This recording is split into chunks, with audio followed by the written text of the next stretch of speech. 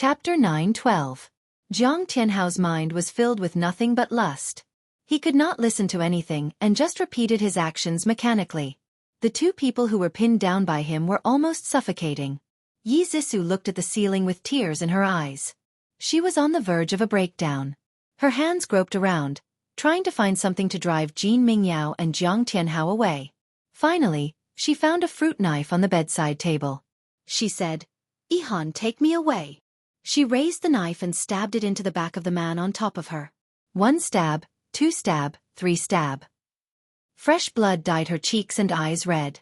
She laughed madly, and her laughter was terrifying in the midst of the lewd atmosphere. 3 badly mutilated bodies were lying haphazardly on the messy bed. Blood soaked the white sheets, and the air was filled with a thick smell of blood. Yi Zixu pushed Jin Mingyao's body away and got up with lifeless eyes.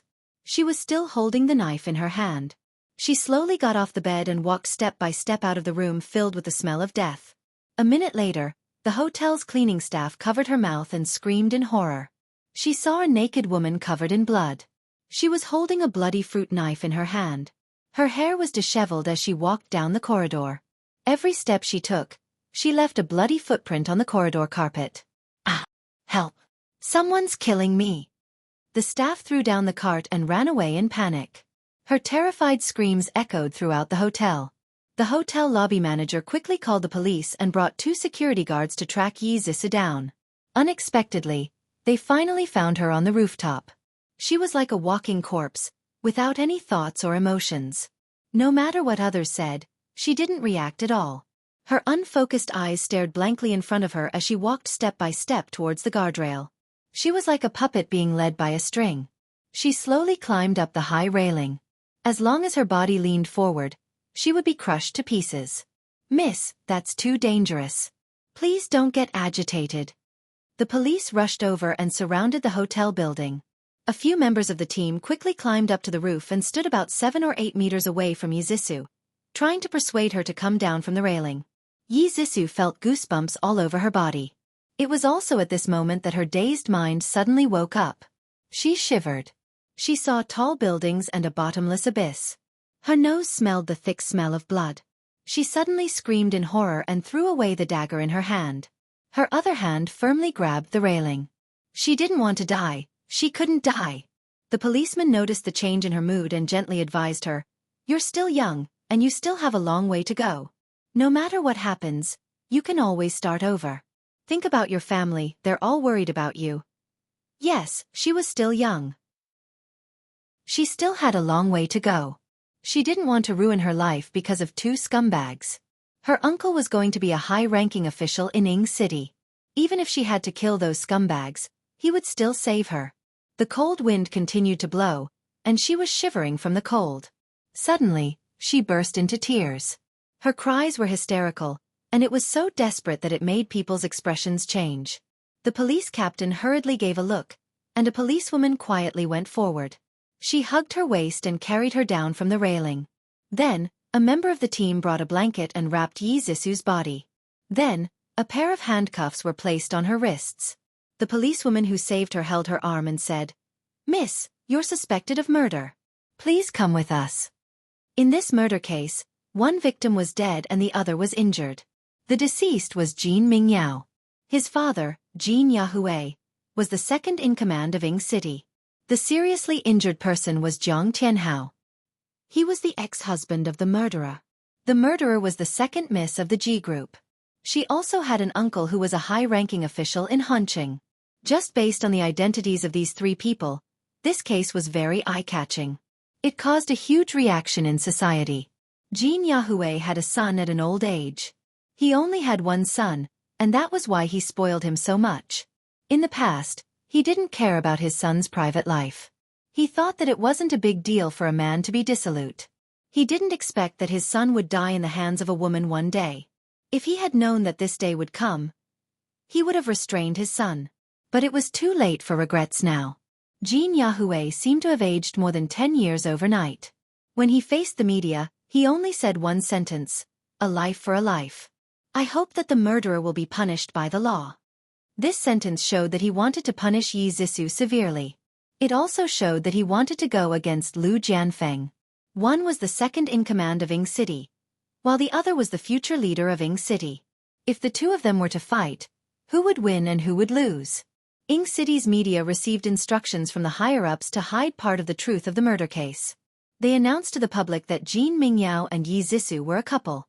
Unexpectedly, Yi Zissou betrayed Jin Mingyao and had an affair with her ex-husband. Jin Mingyao was flustered and exasperated. He went to the hotel to catch them in the act. Yi Zissou flew into a rage out of humiliation. She picked up a fruit knife and killed Jin Mingyao. She even injured Jiang Tianhao by accident. According to them, Yi Zissou was guilty of intentional murder. What a load of nonsense. When Chen Tingfang saw this false news, she slammed the newspaper on the table. She lifted her head to look at the man sitting opposite her and said angrily, "Cousin, the media is spouting nonsense. Yesterday, I went to the detention center to visit Zissou. She told me that Jin Mingyao and Jiang Tianhao were in cahoots and wanted to rape her. She picked up the fruit knife out of self-defense. Cousin, I beg you, please help Zissou. Otherwise, she will be sentenced to death." As she spoke, tears fell from Chen Tingfang's eyes. She remembered that when she saw her daughter yesterday, her daughter cried and begged for her forgiveness. She said that she knew she was wrong. Her daughter even knelt down and kowtowed to her. Even though many bad things had happened between them in the past, her daughter was still a piece of flesh that fell from her womb. How could she not feel heartache? Chen Tingfang wiped her tears sadly. She was sad about her daughter's situation. Lu Jianfeng sighed. I watched Zissou grow up. How could I bear to see her suffer? But Tingfang, you know that I haven't received my transfer order yet. If something goes wrong, this promotion will be ruined. Forget about saving Zissou. I won't even be able to protect myself. So, I can't openly go against Jin Yahui. I have to find evidence of Jin Mingyao's rape. Chen Tingfang's heart was anxious and in pain. Suddenly, something flashed through her mind. She shouted, Jiang Tianhao. Yes, as long as Jiang Tianhao wakes up, we can prove that Zissou was over-defensive. There was a big difference between over-defensive death and intentional murder when it came to sentencing. First of all, they had to save Yi Zissou's life. Lu Jianfeng frowned. You're right. Jiang Tianhao is a strong witness. The problem is that Jiang Tianhao is Jin Mingyao's accomplice. He has a grudge against Yi Zissou. He's very likely to stand on Jin Yahui's side and testify against Zissou for intentional murder. Chen Tingfang said, we can't care about that now. First, we have to save Jiang Tianhao. If he doesn't wake up, we won't have any hope left. Jiang Tianhao had been stabbed 3 times by Yi Zissou. One was in the lung, and the other 2 were in the waist. His lungs had severely shrunk, and he was still unconscious. The police had transferred him to the intensive care unit of the People's Hospital. Outside the ward, there were 2 policemen standing guard, worried that an accident might happen. Lu Jianfeng thought for a moment and said, I know a few people in the police force. I'll contact them first and ask them to check the hotel carefully to see if there are any clues that we missed. Cousin, I'll leave the police to you. Cousin, I want to go to the hospital to check on Jiang Tianhao's condition. Even if Jiang Tianhao hadn't woken up yet, it was good to build a good relationship with his mother first. Okay, go ahead. Be careful on the road. If anything happens, contact me immediately. After Chen Tingfang left, Lu Jianfeng dialed a number. Xiao Wang, how are you? I'm old Lu. Oh, it's brother Lu. Long time no see. How have you been? Little Wang, I'm calling you today to talk about this. I have a niece who got into some trouble. Lu Jianfeng briefly explained the situation and made a request. He hoped to get Jin Mingyao's autopsy report. He also hoped that Xiao Wang could send a few team members to ask the hotel staff to see if they could find any new clues. On the other side of the phone, Captain Wang was silent for a moment and said, Brother Lu, this matter is not easy to handle. The higher-ups are guarding it to the death. They don't allow the police to reveal any information about this case. Even I can't get all the case information because of insufficient authority. Lu Jianfeng's face sank. It seems that Jin Yahui has put pressure on the police station. If the other party destroyed the evidence of Jin Mingyao forcing Zissou and fabricated false evidence to prove that Zissou had a relationship with Jiang Tianhao, then things will be troublesome. Zissou will most likely be sentenced to death. Brother Lu, I'm sorry. It's not that I don't want to help you. It's just that my ability is limited. Lu Jianfeng forced a smile. It's okay, Xiao Wang. If you have any information, please let me know. Okay, no problem. If I know anything, I'll definitely let Brother Lu know. Lu Jianfeng contacted a few acquaintances. Everyone said that they couldn't do anything. He pinched his eyebrows. He couldn't believe that he couldn't win against Jin Yahue. If he was transferred to Ying City in the future, wouldn't he be suppressed by Jin Yahue? On one hand, it was Zisu's life. On the other hand, it was his own dignity. He was really unwilling to admit defeat. He paced back and forth in the living room, frowning. Finally, his gloomy eyes turned to a certain point. He suddenly had an idea. He decided to take a risk and catch them off guard.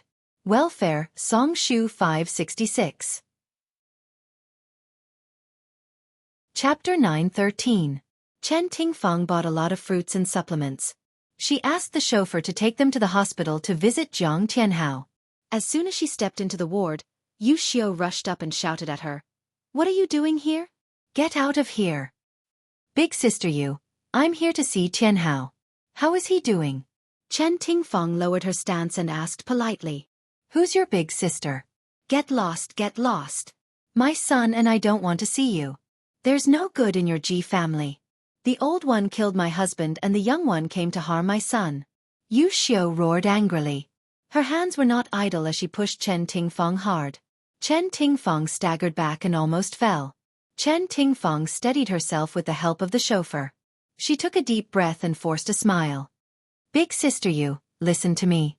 The most important thing now is to wake Tianhao up. It's useless to throw a tantrum now. Let's sit down and have a good talk. When Yu Xiu thought about how her son was still unconscious, her tears fell uncontrollably. She hated Yi Zissou to the core and her scarlet eyes stared fiercely at Chen Tingfang as she cursed.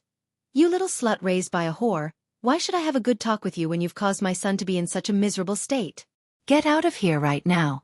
I don't want to see you for even a second. Yu Xiu pushed Chen Tingfang out of the ward as she cursed. She threw all the supplements she bought at her and shouted, Get out! Get out of here! Many people heard the commotion and ran to the corridor to watch the show. Chen Tingfang was embarrassed to be stared at like a monkey in a circus show. Yu Xiu did not let her go. She pointed at Chen Tingfang's nose and said to the people around her, Everyone look! This is the mother of the murderer, Yi Zissou. Her good daughter not only fooled around with another man, abandoned my son, and even wanted to kill him. Chen Tingfang, do you think you can bribe my son with these supplements? Let me tell you, although we're poor, we have integrity. We won't be bribed by you. The onlookers pointed at Chen Tingfang and whispered among themselves. Some of them even talked about Chen Tingfang's past scandals. Yu Xiu received the support of the crowd and scolded even more vigorously. Even the ancestors of the Chen family and Ji family were scolded by her. The police officer in charge went out for lunch. When he came back, he found Yu Xiu cursing at the door of the ward. He scolded her. What's going on? Is it appropriate for you to curse in the hospital? Yu Xiu's face was covered in tears and snot. She grabbed the arm of the police officer and complained, Officer, you have to help me. My son is now unconscious, and this woman came to find trouble with us. Chen Tingfang saw Yu Xiu's ability to throw a tantrum. She had a headache and quickly explained, Officer, listen to me. I'm not here to make trouble. I want to visit Jiang Tianhao and express my apologies to Madame Yu Xiu. The police officer waved his hand impatiently and shook off Yu Xiu. He said, Jiang Tianhao is an important witness in the case. We received instructions from our superiors that no one is allowed to visit him except his mother. Madam Chen, please don't come again. Don't make things difficult for us. Chen Tingfang smiled apologetically. Okay, I understand. Sorry to trouble you, officer. The surrounding crowd started to whisper again. Chen Tingfang's face was about to burn. She quickly instructed the driver to pick up the gifts scattered on the ground and left dejectedly. Just as Chen Tingfang and Lu Jianfeng were thinking of ways to rescue Yi Zissou was being severely interrogated in the detention center. In a pitch-black room, Yi Zissou sat at one end of the table. On the other end, there was an expressionless female interrogator. The interrogator turned the incandescent lamp on the table to Yi Zisu's face. The strong light made her eyes hurt, making it difficult for her to open them. She subconsciously reached out to cover her eyes. The interrogator berated sternly, "Yi Zisu, did you kill Jin Mingyao?" Her voice was like a sharp sword dipped in poison. Yi Zisu's body trembled. She nervously clenched her fingers and said softly, "Yes, but he was the one who raped me. I was only stabbing him out of self-defense." The interrogator slammed her palm on the table and said sternly, "What evidence do you have to prove that he raped you? According to the forensic analysis, the semen in your body belongs to Jiang Tianhao, and Jin Mingyao didn't have sexual relations with you before he died." Yi Zisu said emotionally, "No, that's impossible. There's a problem with the forensic analysis. Jiang Tianhao didn't touch me at all. The person Jiang Tianhao raped was Jin Mingyao, and the person Jin Mingyao hurt was me." The interrogator said coldly, "This is slander. You don't have any evidence to prove what you're saying. I advise you to quickly confess the truth and tell us how you committed the crime." Yi Zisu had been interrogated continuously for 24 hours, and the interrogators had changed several times. Since she was arrested, she hadn't closed her eyes or taken a sip of water. Now, she could barely open her eyes and her throat was almost smoking. She was about to break down. She shouted hoarsely, "I've already said it many times. Jin Mingyao raped me. I killed him out of self-defense. No matter how many times you interrogate me, my answer will be the same." "Is that so?" The interrogator suddenly sneered. She suddenly stood up and turned off the monitor. She walked up to Yi Zisu and said condescendingly, "It seems that you still don't understand what an interrogation is. I'll make you understand." After that, the interrogator pulled Yi Zisu up from her seat and kicked her hard in the waist, causing her to lie on the ground.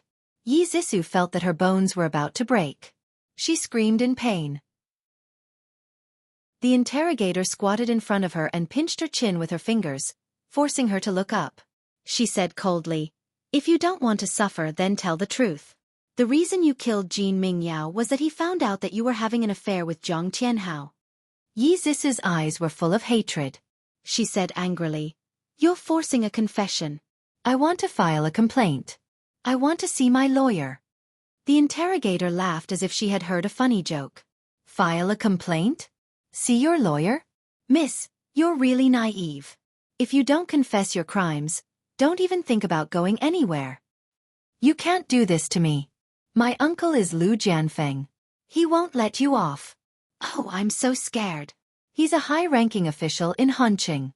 But I'm just doing things according to the law. What can he do to me?" "You." The interrogator's expression changed.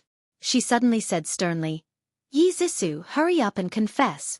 Why did you kill Jin Mingyao? Did he find out about your affair with Jiang Tianhao?" "No."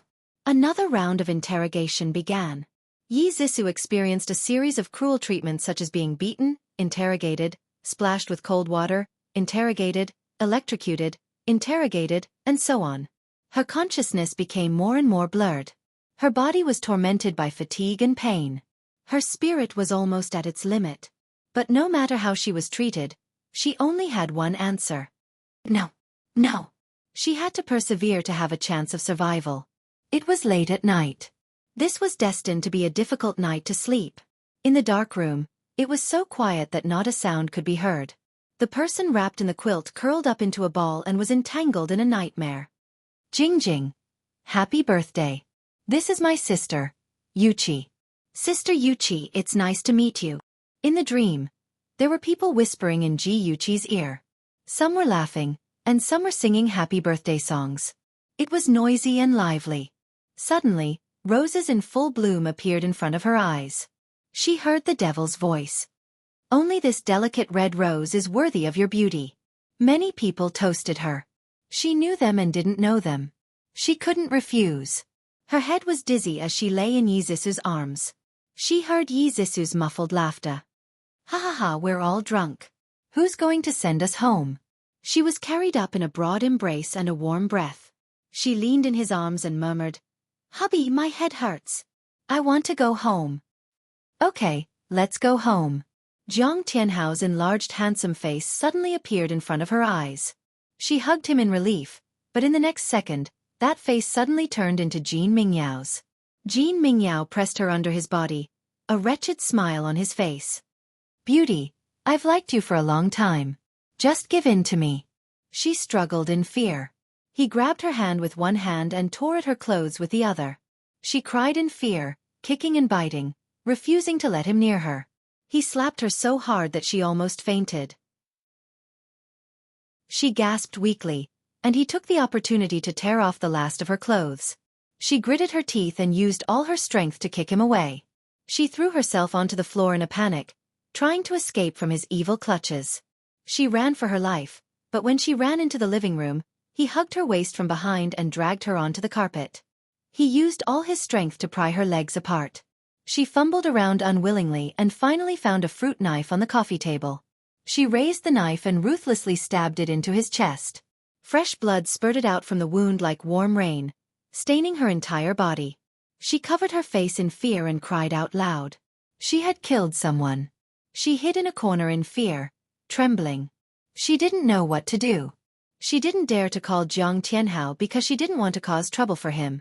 She didn't know how long she had been crying. Just when she was so afraid and desperate that she didn't know what to do, her phone rang. She hugged the phone and wailed. Shen's anxious voice came from the phone. Yuqi, what happened? Where are you? I killed someone. Shenja. I'm so scared. I don't know what to do. I didn't do it on purpose. In the hotel room, Shenja hugged her, who was covered in blood, and held her face in his hands. Attention, Xinwu 799. Chapter 9:14. His dull eyes gazed at her face as he said gently, Chi-Chi, don't be afraid. I'm here. In the prison visitation room, Shenja's hands were cuffed. He had a gentle smile on his face as he said, Chi-Chi, don't be afraid. I was the one who killed her. Don't feel guilty. Don't feel burdened. Live happily, my Chi-Chi. Through the glass window he said, Chi-Chi, if you don't love Jiang Tianhao anymore, can you love me? She bawled and turned herself in at the police station. No one believed her because Shenja had already created perfect evidence to prove that he was the real murderer. He was sentenced to 10 years in prison for manslaughter. The CEO of the Shen Group was reduced to a prisoner because of her. And she was still living in the beautiful dream that Jiang Tianhao had woven for her. When she woke up from the dream, Ji Yuqi's face was already covered in tears. She bit the back of her hand and cried bitterly. This nightmare was a replay of what had happened to her in her previous life. It dug out the most painful wound in her heart and showed it to her. She had hurt Shenja once again. The thing that she could not forgive herself for the most was that she had failed to stop Shenja from taking the blame for her. Suddenly, she really wanted to see him. She did not care about anything else and ran downstairs as fast as she could. In the middle of the night, she drove to his villa. When Shenja was awakened by the knocking on the door, he could not believe his eyes. Was this extremely pathetic little woman in front of him his Chi-Chi? Her curly hair was messy and draped over her shoulders. Her face was covered in tears and she was wearing thin pajamas. She had a furry slipper on her right foot and the other foot was bare. When she saw him, her eyes immediately filled with tears. Big drops of tears fell down her face as she suddenly threw herself into his arms. He quickly hugged her tightly, lifted her up from the ground, and put her on the bed. He crawled under the blanket and held her in his arms. His hands rubbed against her arms to warm her up. When her body slowly warmed up and stopped trembling, he kissed her eyes and said gently, Chi-Chi, what happened? Before seeing him, she had a lot of things she wanted to say to him, but when she was in his arms, she didn't know where to start. Hearing his strong heartbeat and smelling his familiar scent, her nose turned sour and her tears fell uncontrollably. She wrapped her hands around his neck and kissed his lips. Bitter tears spread between their lips and tongues. He lovingly kissed away the tears on her face and whispered, Chi-Chi, no matter what happens, I will always be by your side, so don't be afraid. Her eyes were filled with tears, and her heart was filled with warmth. After a long time, she leaned into his embrace and said softly, Aja, do you believe in reincarnation? Shenja rubbed his chin against her hair and said gently, if reincarnation really exists, I will definitely follow you forever. No matter where you go, I will find you. Ji Yuqi looked up and stared into his eyes seriously. Then I will definitely wait for you. I will wait for you to find me. She was willing to believe that her previous life was just a reincarnation. When she died, that reincarnation would disappear. That way, Shenja wouldn't have to wait so hopelessly. He smiled and scratched her nose. Okay, let's agree. Before I come, you are not allowed to love anyone else. Okay.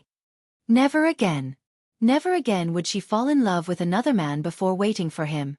If he didn't appear, she would go and find him. She would never leave him for eternity. That night, she slept soundly in his arms. She did not have any nightmares, and they slept all the way until dawn. Good morning, baby. When she opened her eyes, she saw Shenja's smiling eyes. He gave her a passionate morning kiss. She pushed him away shyly. Don't. I haven't washed up yet. Don't be afraid. Let's kiss first. He kissed her lips and murmured. After the tender moment, he helped her get a change of clothes. He patted her head and smiled gently. Baby, quickly come downstairs after you're done washing up. I'll let you see my handiwork. Okay. Ji Yuchi smiled happily and sat up. As she was putting on her shoes, she saw a pair of brand new slippers. She couldn't help but think of her sorry state last night and the slippers she had lost at some point. Her cheeks burned, and she quickly put on her shoes. Then, without looking at Shenja, she ran into the bathroom like a wisp of smoke. Shenja looked at the little woman who ran away in a hurry like a frightened rabbit. He shook his head in amusement and bent down to pick up the change of clothes. He walked briskly to the bathroom door and gently knocked. He chuckled and said, Chi-Chi, you forgot to take your clothes. Ji Yuchi opened the door and reached out to take the clothes. She stuck out her tongue embarrassedly. Thank you. Silly little thing. Shenja smiled and rubbed her hair. Go on. I'll wait for you downstairs. The morning sun shone through the huge glass wall and shone into the clean dining room. The two of them sat at a long European-style dining table. On the table was a Western-style breakfast with ham, fried eggs, toast, mellow milk, and an exquisite fruit cake. The atmosphere was very warm. They ate elegantly and occasionally whispered a few words. Both of them had a warm smile on their faces. They were like an old couple who had been together for many years and were full of tacit understanding. After the beautiful breakfast time, Ji Yuchi took advantage of the warm atmosphere to confess to Shenja what she had done. After hearing her words, Shenja's handsome face turned as red as the bottom of a pot. He gritted his teeth and said, You knew that Jiang Tianhao and Yi Zixu were trying to harm you, but you still went with Yi Zixu to the birthday party? Shi Gigai nodded. Yes. He glared at her and said fiercely, What did you promise me? You won't put yourself in danger again. Did you even take my words to heart? She tugged at his sleeve pitifully. Aja, don't be angry. I'll be fine. I already knew about their tricks, so I beat them at their own game. Otherwise, I wouldn't have put myself at risk. Besides, Qing Sang has been secretly protecting me. No one can hurt me. That night, she pretended to be drunk and was taken to the hotel by Yi Zixu. After she knocked Jiang Tianhao out, she fed him medicine and stuffed him under the bed. Then, she put the fruit knife on the bedside table and asked Qing Sang to help install the surveillance cameras and design all the links. This led to the tragedy of Broken Chrysanthemum, full of wounds, and led Yi Zixu to the path of crime. Shenja pinched her cheek fiercely and said through gritted teeth, One day, I'll be angered to death by you. Can't you be a little more obedient? Ji Yuchi hugged his neck and said coquettishly, Aja, after I deal with those people, I'll listen to you and won't mess around anymore. He hugged her and smiled bitterly. Why do I feel like I'm raising a daughter? A rebellious daughter and a troubled father. Chi-Chi, your father must be having a hard time. He didn't dare to imagine what would happen if her plan went wrong and those bastards hurt her. He really couldn't let his guard down for a moment. He had to watch over her all the time in the future. Aja, I love you. Ji Yuchi held his cheeks and said sweet words shamelessly to divert his attention. Her beautiful eyes looked at him expectantly. Her beautiful cheeks were tinged with a faint blush. She was acting coquettishly. Even if his heart was made of stone, it had already melted. However, he still hardened his heart and said, It's useless to say that I love you. I'm still angry. Aja, I love you. She climbed on top of him and kissed his cold lips with a pout. Seeing that his face was still dark, she continued to kiss him. Every time she kissed him, she would say, I love you. And she would say it in a different language. English, Japanese, Korean, Italian. In order to please young Master Shen, Ji Yuqi racked her brains and said all the languages she knew. In the end, Shenja finally lost to her. He kissed her fiercely and planted strawberries all over her neck. With a dark face, he said, "Do you still dare to do it in the future?" She grabbed the clothes in front of his chest and blinked pitifully. "I don't dare anymore." Shenja ruffled her hair hard and finally let her go. Although Shenja said that he was angry, he was already thinking about how to deal with the aftermath. The two of them analyzed the situation and felt that even if Jiang Tianhao woke up, he would not implicate Yuqi in order to protect himself. Otherwise, he would have an additional charge of seduction and rape. Therefore, in order to clear his name, he would most likely stand on Jin Yahui's side and admit that he had an affair with Yi Zissou. He would also testify that Yi Zissou had deliberately killed Jin Mingyao. Yi Zissou had Lu Jianfeng's support. In the end, a simple murder case would turn into a power struggle between Lu Jianfeng and Jin Yahui. What they needed to do now was to intensify the conflict between Lu Jianfeng and Jin Yahui. They needed to make them fight and both sides suffer. Ji Yuqi took out a USB flash drive from her handbag and handed it to Shen Zhe. "This is the surveillance video of Yi Zissou killing Jin Mingyao. Ahem, the content is heavy. Please be careful." Shen Zhe glanced at her and inserted the USB flash drive into the computer expressionlessly. Not long after, the room was filled with moans. After a while, Jiang Tianhao suddenly got up from under the bed and threw himself on Jin Mingyao's body to do some thrusting. Shen Zhe turned to look at Ji Yuqi. Ji Yuqi quickly covered her eyes with both hands to show that she did not see anything. He turned his head again and watched the video expressionlessly. He completely regarded it as a violent and erotic horror movie. After watching it, he said in a calm voice, "Don't do this kind of thing in the future. Be careful not to get a needle eye." Ji Yuqi quickly raised her hand. "I pressed the fast-forward button. I didn't see anything clearly." "It's true." Shen Zhe nodded non-committally. "With this evidence, we can at least save Yi Zissou's life. Whether it's Lu Jianfeng or Jin Yahui, if they know of its existence, they will get it at all costs." Ji Yuqi touched her chin with her right hand and smiled maliciously. "Then let them fight. It's best if they fight until they bleed." Attention, Hongcha 866. Chapter 9:15. Just as the police were extorting a confession from Yi Zissou, the situation suddenly took a turn. Someone anonymously called the TV station and said that he lived in the building opposite the hotel and saw the incident with his binoculars. Yi Zissou was actually knocked out by Jiang Tianhao and then raped by Jin Mingyao. After that, Jiang Tianhao raped Jin Mingyao. This statement was simply too shocking. Even if the TV station was ordered by the higher-ups to not broadcast any news that went against Jin Mingyao's reputation, there were still a few bold people who spread this shocking news on the internet. The power of the netizens was very strong. In just one night, this news was pushed to the headlines. Many netizens stood up to support Yi Zissou and believed that she was indeed raped and killed because of excessive self-defense. There were also people who revealed that Jin Mingyao was a womanizer and had improper relationships with many women. They even said that he had once raped an underage prostitute. There were even people who questioned why the mainstream media did not objectively report the murder case and instead stood on Jin Mingyao's side. That person sharply pointed out that there was only one answer, and that was Jin Mingyao's father, Jin Yahui, who was manipulating things behind the scenes. Jin Yahui abused his power for personal gain and was unworthy of the title, public servant.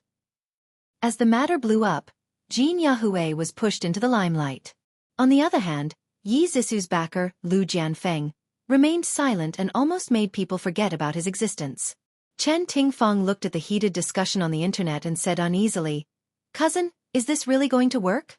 The mainstream media still did not speak up for Zissou. Will Jin Yahui continue to suppress news that is unfavorable to Jin Mingyao? Lu Jianfeng said in a deep voice.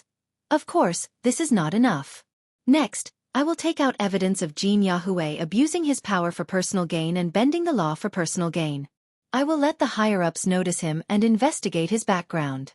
Let's see how long he can be arrogant." Having been in the officialdom for many years, Lu Jianfeng naturally had some connections. He went around collecting evidence of Jin Yahui's crimes, wanting to pull him down. This way, Jin Yahue would no longer be able to interfere with Zisu's case. Although the method was a little roundabout, it was the most effective. Recently, Jin Yahue had been overwhelmed by the news on the internet. He guessed that someone was adding fuel to the fire behind the scenes, trying to oust him from his position. However, he couldn't back down. If he backed down, his dead son would have to bear the infamy. He had to make Yi Zisu pay for his son's life. He asked his subordinates to contact all the major websites and asked them to quickly delete those unfavorable comments about him. He also called his former leaders to explain the whole story, and said that he was absolutely innocent to gain their support. Just as he was getting tired of dealing with them, he received a mysterious email. The content of the email was very brief. "I'm an eyewitness. I know the whole truth." Jin Yahue's expression changed and he immediately replied, "Why should I believe you?" About 10 minutes later, the other party sent an email with no content, only a video. He clicked on the video. The playback wasn't smooth, and it was very choppy. However, he could clearly see that it was indeed his son raping Yi Zisu. Halfway through the video, a man suddenly popped out from under the bed. At this moment, he suddenly heard a click, and the video turned pitch black. No matter what he did, he couldn't continue playing the video. What happened after that? Jin Yahue's mind was full of questions. Even though he knew that the other party was deliberately baiting him, he still replied, "Who are you? What's your motive?" This time the other party replied very quickly, "It's very simple. I want you to let Yi Zisu off." Jin Yahue frowned and his mind raced. If the other party wanted to let Yi Zisu off, then he must be someone who knew Yi Zisu. Ji Bowen was just a businessman and Yi Zisu was his stepdaughter. He wouldn't go to such lengths for her. Could it be Yi Zisu's uncle, Lu Jianfeng? Jin Yahue connected the dots and thought about it seriously. Suddenly, everything became clear.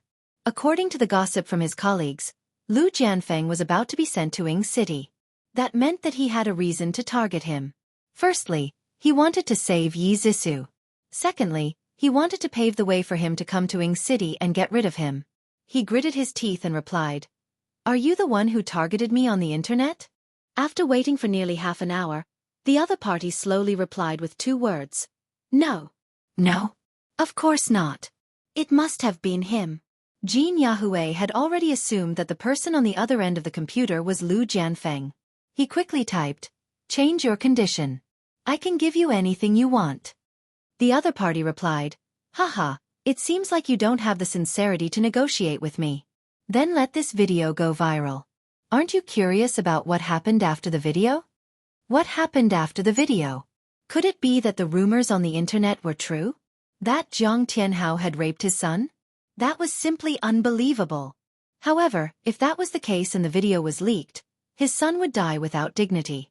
How could he, as an official, show his face? Jin Yahue's face was ashen. He hesitated for a long time before replying, "Let me think about it." The other party replied quickly, "Okay, 2 days. After 2 days, I will let you and your son's reputation fall to rock bottom." Lu Jianfeng, you and I are irreconcilable. Jin Yahue was furious. He slammed his palm on the table, causing the cup on the table to fall to the ground and shatter into pieces. What Jin Yahue didn't know was that when he opened the other party's email, the complete video of the rape had been injected into his computer by a virus and stored on the E-drive. On the other side, Chen Tingfang also received an email. There was also an incomplete video in the email. The person who sent the email wrote, "I found this video when I was helping someone repair their computer. I was shocked at the time, so I secretly saved it. Unfortunately, the video was injected with a virus. Halfway through the video, it will be automatically destroyed. Even I can't restore it. After I found out the truth, I was very hesitant. I didn't know if I should stand up for you. However, when I thought of an innocent woman being raped, falsely accused, and even sentenced to death, my conscience was condemned. I couldn't stay silent anymore, so I sent the video to you. I hope you can help Miss Yi." Chen Tingfang's body trembled as she watched the video. She watched her daughter being humiliated with her own eyes, but she couldn't do anything to save her. Her heart ached like it was being stabbed by a knife. Her fingers trembled as she replied to the email, "I am very grateful that you sent this evidence to me. May I ask, who did you see it when you were helping repair their computer? She waited until the evening before the person replied. That person is too powerful. I don't dare to be his enemy. I'm just an ordinary citizen. This is all I can do. I'm sorry. It doesn't matter. I'm still very grateful to you. Chen Tingfang's whole body leaned on the soft chair. Her eyes stared blankly at the computer screen. In her heart, she already had the answer. It must be Jin Yahui. After Lu Jianfeng learned about this matter, he said decisively. Chen Tingfang looked tired. I guessed it was him. If the evidence is in his hands, then it will be troublesome. He will definitely destroy it. Lu Jianfeng's face was calm. His fingers gently tapped the back of the chair and said, even if there is only a glimmer of hope, we can't give up. Chen Tingfang hurriedly asked, Cousin, do you have any good ideas? I know a very powerful hacker. Let him hack into Jin Yahui's computer and see if he can find the complete video. Lu Jianfeng frowned slightly. Actually, there was another way, and that was to hack into Jin Yahui's home to look for possible evidence. However, the risk was too great. If the matter was exposed and he was implicated, then his career would be over. Just as Lu Jianfeng was thinking of a way to deal with Jin Yahui, news came from the hospital that Jiang Tianhao had regained consciousness. This news immediately caused a sensation. Many media reporters blocked the entrance of the hospital, wanting to interview Jiang Tianhao. However, they were all stopped by the police guarding him outside the door. The criminal police in charge of the case also rushed to the hospital immediately to ask about the case. Jiang Tianhao was still very weak. His face was as pale as a sheet of paper. After he woke up, he found out about the progress of the case from Yu Xiao. He immediately chose the statement that was most beneficial to him. Facing the police officer who was taking down his statement, he slowly said, On the night of the incident, Yi Zixu asked me to meet and said that she wanted to talk to me. After all, we were husband and wife, so I agreed. When I rushed to the hotel, I found that she seemed to be drunk. She hugged me and refused to let go. She even said that she wanted to remarry me. I couldn't control myself and had sex with her. The police officer asked, When you had sex with her, did you know that she was dating Jin Mingyao? The police officer's words were very tempting. Jiang Tianhao followed his direction and replied, I didn't know. She didn't mention it to me. What happened after that? When we were having sex, Jin Mingyao suddenly appeared. He scolded Yi Zixu and said that she was a B*TCH. He said that she was already in a relationship with him and was still seducing another man. I was stunned at the time and didn't know what was going on. Yi Zixu suddenly jumped up and got into an argument with Jin Mingyao. Jin Mingyao slapped Yi Zixu. Yi Zixu grabbed a fruit knife from the bedside table and stabbed Jin Mingyao in the back. I was scared out of my wits and wanted to separate them. When I ran up to stop them, Yi Zixu suddenly stabbed me with the knife. After that I fainted. Did you see Yi Zixu kill Jin Mingyao with your own eyes? I saw her stab him many times, but I wasn't sure if he was still breathing because at that time, I was already unconscious. The police officer asked a few more questions, and Jiang Tianhao answered them one by one. In short, not only did he clear his name, but he also cleared the suspicion of Jin Mingyao's rape and pushed all the blame onto Yi Zixu. Beauty novel, Song Shu 566. Chapter 9:16. With Jiang Tianhao's testimony, Jin Yahui heaved a sigh of relief. But at the same time, he was worried about the video. If the video were to be leaked, all his efforts would have been in vain. Did he really have to let Yi Zixu go? He couldn't take it lying down. Jin Yahui was hesitant and extremely annoyed. Lu Jianfeng had already bribed a hacker to hack into Jin Yahui's computer. Sure enough, he found the video on his computer, as well as some evidence of his corruption. Lu Jianfeng was extremely excited. He sorted out the evidence he had collected, wrote a report letter, and mailed it to the relevant department anonymously. Also, he asked Chen Tingfang to contact Jin Yahui directly and threaten him with the video to let Yi Zixu go. Over the phone, Chen Tingfang went straight to the point. Mr. Jin, we all know the truth about my daughter killing your son. I don't want to blow things up, so I'm giving you one last chance. Let my daughter go. Otherwise, I don't mind fighting to the death. Jin Yahui said coldly, so it was you who used the email to threaten me. If I listen to your arrangements and let Yi Zissou go, what if you go back on your words and spread the video, ruining my son's reputation? Chen Tingfang didn't understand what he meant by his first sentence, but when she heard what he said next, she couldn't help but sneer. Mr. Jean, are you joking? Even if my daughter was overly defensive, she still killed someone. She'll be in jail for at least a few years. You're so resourceful that it's easy for you to make her die quietly in jail. Since my daughter is in your hands, how would I dare to act rashly and spread the video? So not only could the video be used to threaten Jean Yahui, it was also Zissou's amulet. Chen Tingfang had to make good use of it. Jean Yahui gritted his teeth and said with a sullen face, "You're right. If you dare to go back on your words, I won't let you off." Don't worry, I'm not that stupid. My daughter is still suffering in the detention center. I want you to clear her name as soon as possible. I'll deal with it as soon as possible. Remember your promise. In the end, Jean Yahui compromised. However, he was a petty person, so he had already thought of a way to take revenge on Lu Jianfeng. For the past few days, the people of Ying City saw the news of Yi Zissou killing people when they opened their eyes. When they closed their eyes, they still heard the same news. However, the content had changed drastically. Jiang Tianhao finally admitted that in order to bribe Jin Mingyao, he had deliberately sent Yi Zissou to Jin Mingyao's room. Furthermore, he had personally witnessed Jin Mingyao sexually assaulting Yi Zissou. Afterwards, Yi Zissou had fought back and over-defended herself, killing Jin Mingyao and injuring him. Yu Xiu couldn't even raise her head.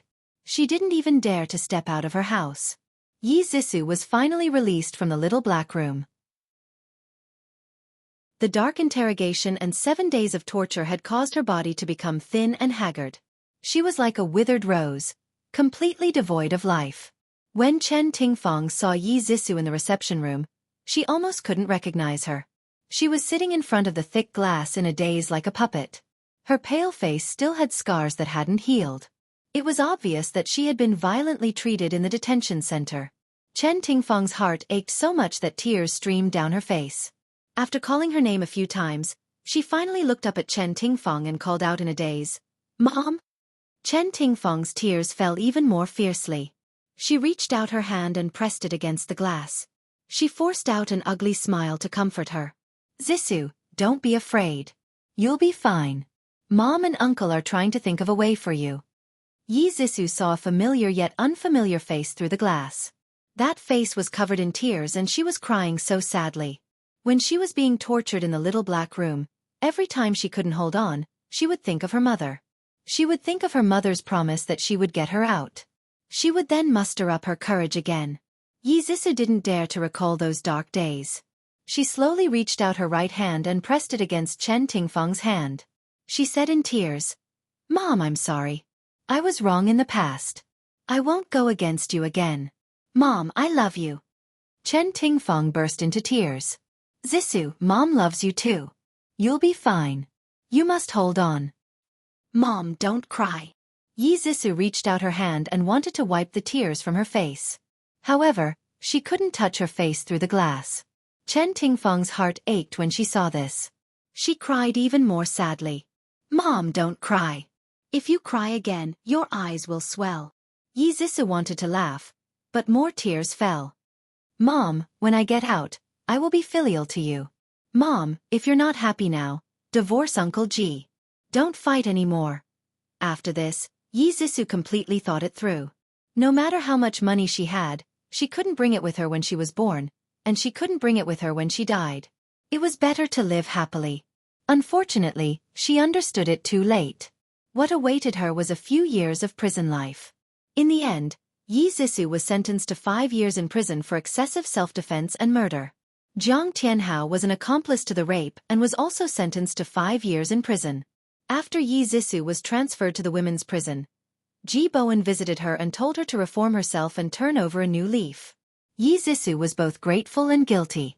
Her eyes reddened as she said, "Uncle Ji, I've done a lot of wrong things in the past.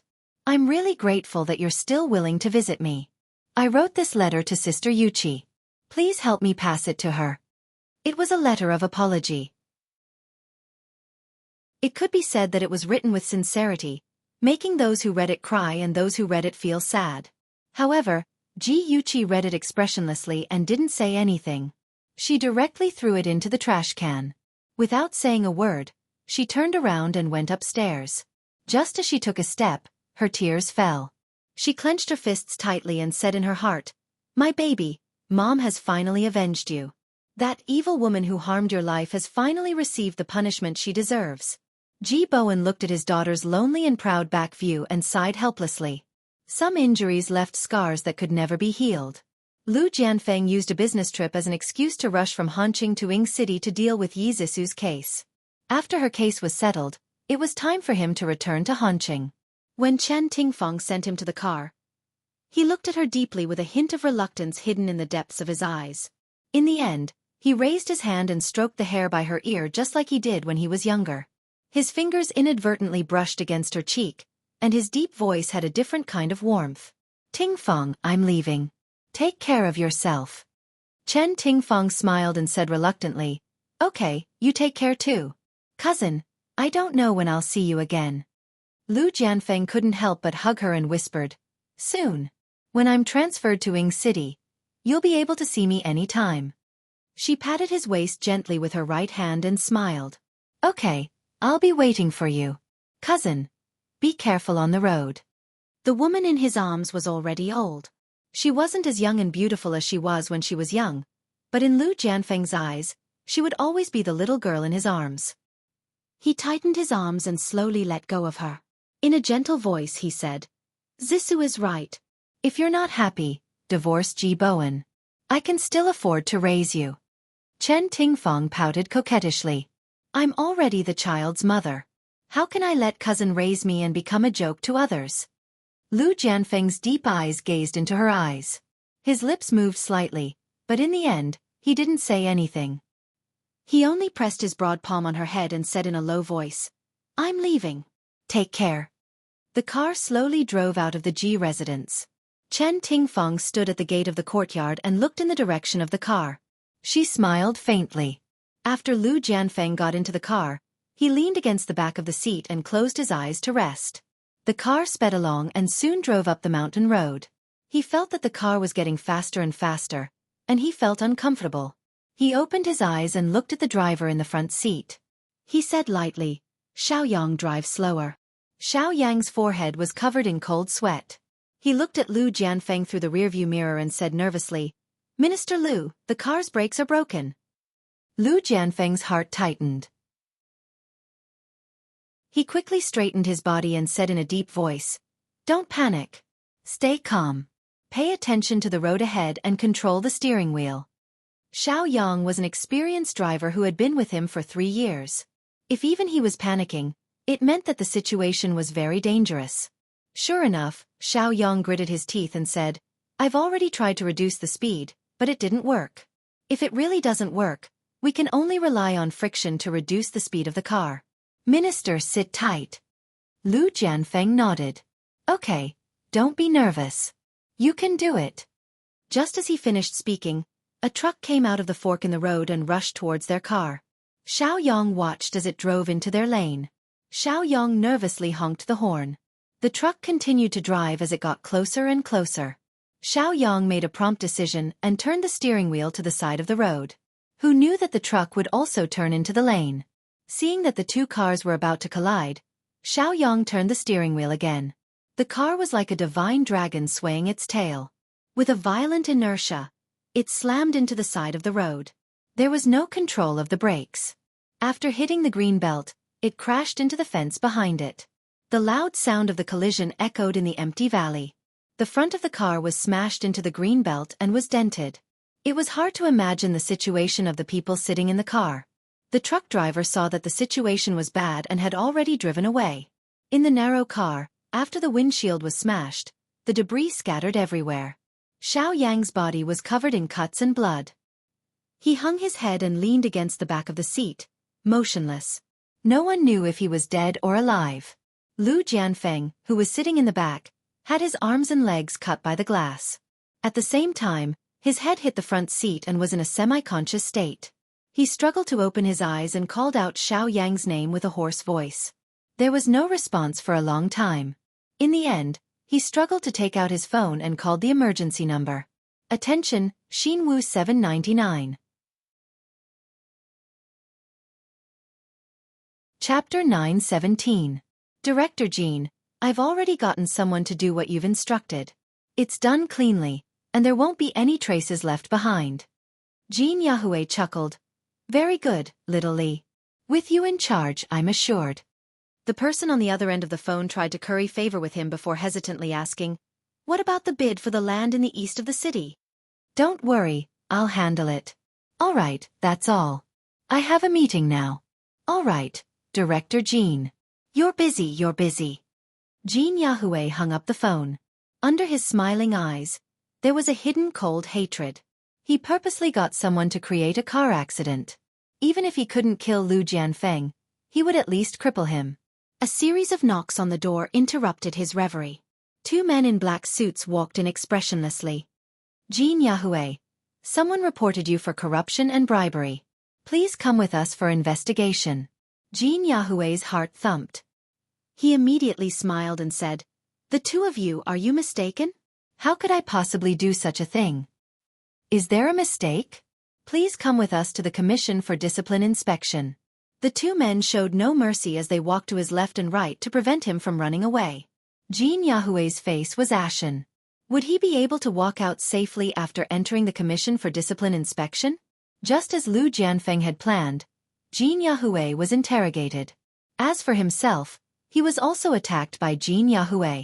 He suffered a slight concussion, a broken arm, and a serious cut on his leg. He would have to be hospitalized for at least half a month. His driver, Little Wang, was seriously injured. He was lying unconscious in the ICU, and no one knew if he could wake up. When Chen Tingfang found out that he was in a car accident, she immediately rushed to the People's Hospital. When she saw the man wrapped up like a mummy on the bed, she couldn't help but cry. Cousin, it's all my fault. If I didn't ask you to come to Ing City, you wouldn't have gotten into a car accident. Lu Jianfeng really wanted to wipe away her tears, but Ji Bowen was also present. He only raised his hand slightly and comforted her. Tingfang, don't blame yourself. No one can say for sure whether it's a natural or man-made disaster. My injuries aren't that serious, and I'll get better soon. Ji Bowen patted Chen Tingfang's shoulder to comfort her. Chen Tingfang said with reddened eyes, Cousin, have you informed cousin-in-law about your injury? Not yet. You know how hot-tempered she is. I'm afraid that she and Lil Hao will be worried. I plan to wait until my injuries are better before informing her. That's good too. Lil Hao is about to take the college entrance exam. At this critical juncture, it's best not to distract him. Chen Tingfang picked up an apple and said while peeling it, Cousin, I've been taking care of you in the hospital these days. Whatever you need or want to eat, just tell me. Don't be shy. Lu Jianfeng gently smiled. Just hire a caretaker. Bowen will have an opinion if you take care of me personally. Ji Bowen smiled. Department head Lu, you must be joking. You're Tingfang's cousin, which means that you're my cousin as well. How can I have an opinion if she takes care of you? Lu Jianfeng joked. You're still saying that you don't have an opinion? We're family, so why are you being so polite and calling me department head Lu? Ji Bowen awkwardly smiled. I'm used to it. I haven't changed it yet. Please don't take it to heart. The three of them chatted for a while and tacitly did not mention anything about the past. The atmosphere was still harmonious. Half an hour later, Ji Bowen had something to do in the company and left first. Chen Tingfang went home to make soup for Lu Jianfeng and also left. Lu Jianfeng was the only one left in the huge ward, which made him feel a little lonely. He stared at the ceiling and sighed heavily as he thought of something. Lu Jianfeng's right hand was fractured and covered in a thick cast. He couldn't eat and wanted to use his left hand. Chen Tingfang rebuked, It's inconvenient to eat with your left hand. Let me feed you. An uncomfortable expression appeared on his handsome face. He coughed and said, That's not good. I'll do it myself. As he spoke, he picked up the spoon with his left hand and awkwardly scooped up a spoonful of rice. Chen Tingfang quickly snatched the spoon from his hand. You're my cousin. What's there to be embarrassed about? Let me feed you. She sat beside him and brought the spoon to his mouth. She smiled. Come, Open your mouth. Lu Jianfeng didn't know whether to laugh or cry. Her tone sounded like she was coaxing a child. Although he felt a little uncomfortable, he still held the spoon and swallowed the mouthful of rice. The two of them were very close. He could clearly smell the faint fragrance on her body. She fed him spoonful by spoonful and wiped the corners of his mouth with a tissue from time to time. Her expression was very gentle and her gaze was very focused. Lu Jianfeng's muscles gradually tightened and a complicated emotion flashed across his deep eyes. After finishing the bowl of rice, his back was drenched in sweat. Chen Tingfang saw the sweat on his forehead and naturally touched it with her finger. She said softly, "Cousin, why are you sweating? I'll get some hot water to help you wipe it." Lu Jianfeng pressed her hand and said in a dry voice, "No need. You've been out for a long time. Go back early." Chen Tingfang's expression darkened and her tone was bleak. "There's nothing to do even if I go back. Facing the empty big house, there's no one to talk to. Zissou isn't here either. Just thinking about it makes me sad. It's better to stay here and accompany cousin." There was a hint of heartache in his eyes and he tightened his grip on her hand. "Since you're unhappy, why do you have to suffer?" She smiled bitterly and shook her head. "Cousin, I'm not willing to give up just like that. I've worked so hard for him for so many years, and I have nothing to say if I can't compare to his dead wife. However, I can't even compare to his child. He only treats me as a nanny of the Ji family. He only said that I'm heartless and hurt his child, but why didn't he ask me why I became like this? It's all Ji Bowen's fault." The heartache in his eyes deepened, and he couldn't help but reach out to stroke the hair by her ear. Just like when they were young, whenever she was wronged, he would silently sit by her side. He didn't say any comforting words, but just quietly accompanied her. Her eyes were sore and she almost cried. She quickly stood up and turned her back. "I'll get a basin of hot water." When she returned with hot water, there was already a faint smile on her face. She wet the towel in the hot water, wrung it dry, and carefully wiped his cheeks. Her extremely gentle action was like a feather, causing ripples in the deep lake of his heart. During this period, Chen Tingfang would personally cook every day, make soup, cook, and send it to the hospital personally to take care of Lu Jianfeng. With Lu Jianfeng's comfort, her mood was much better. Occasionally, she would make soup in the kitchen and hum a little song that she liked when she was young. Today, she was carrying a box of food and was about to go out when an angry voice came from outside. "Let go of me! Let go of me! I want to see that bitch Chen Tingfang." Chen Tingfang's eyes narrowed and she snorted. It was Yu Xiu. She clearly remembered how Yu Xiu humiliated her in the hospital. She didn't settle the score with her, but she actually came knocking on her door. She really deserved it. Chen Tingfang put the box of food on the table and quickly walked to the door. Her face darkened and her sharp gaze swept across the three people in front of her. Two security guards grabbed Yu Xiu's arms on both sides. They hadn't seen her for more than 10 days, and half of her hair had turned white. She was like a shrew, throwing a tantrum and kicking the two security guards. When she saw Chen Tingfang, she stopped kicking and roared angrily, "Chen Tingfang, return my son to me!" Chen Tingfang ignored her and shouted at the security guards, "How are you doing your job? How dare you let outsiders into the villa?" The two security guards apologized profusely. "We're sorry, Mrs. G. This woman broke in when we weren't paying attention. We'll take her away immediately." Yu Xiu struggled and screamed, "Chen Tingfang, you bitch! You'll die a horrible death. My son is innocent. Hurry up and let him go," she cursed loudly. Chen Tingfang's face became uglier and uglier. She suddenly shouted, "You two, let her go first." The security guards were in a dilemma. "Mrs. G, this woman is crazy. What if she does something?" "It's okay. Let her go first. I want to talk to her." The security guards let go of Yu Xiu, but they didn't dare to be careless. They stood closest to Yu Xiu. If she dared to do anything to hurt Chen Tingfang, they would immediately subdue her. Chen Tingfang stared coldly at Yu Xiu and sneered, "Yu Xiu, you didn't expect this, right? Every dog has its day. Today you're in my hands." After the argument just now, Yu Xiu was in a mess. Her hair was messy and her clothes were untidy. After she regained her freedom, she didn't do anything extreme like the security guards had expected. Instead, she glared at Chen Tingfang and said through gritted teeth, "There's no good person in the Ji family. Ji Bowen killed my husband, and your daughter wants to kill my son. Even if I die and turn into a ghost, I won't let you off." Chen Tingfang didn't take her threat seriously at all. She sneered, "You said my husband killed your husband. Are you delusional? You're the one who's delusional. If Ji Bowen didn't kill my husband and steal the company, the Ji group would be our family now. What's there to be proud of? Your identity as a rich wife was stolen."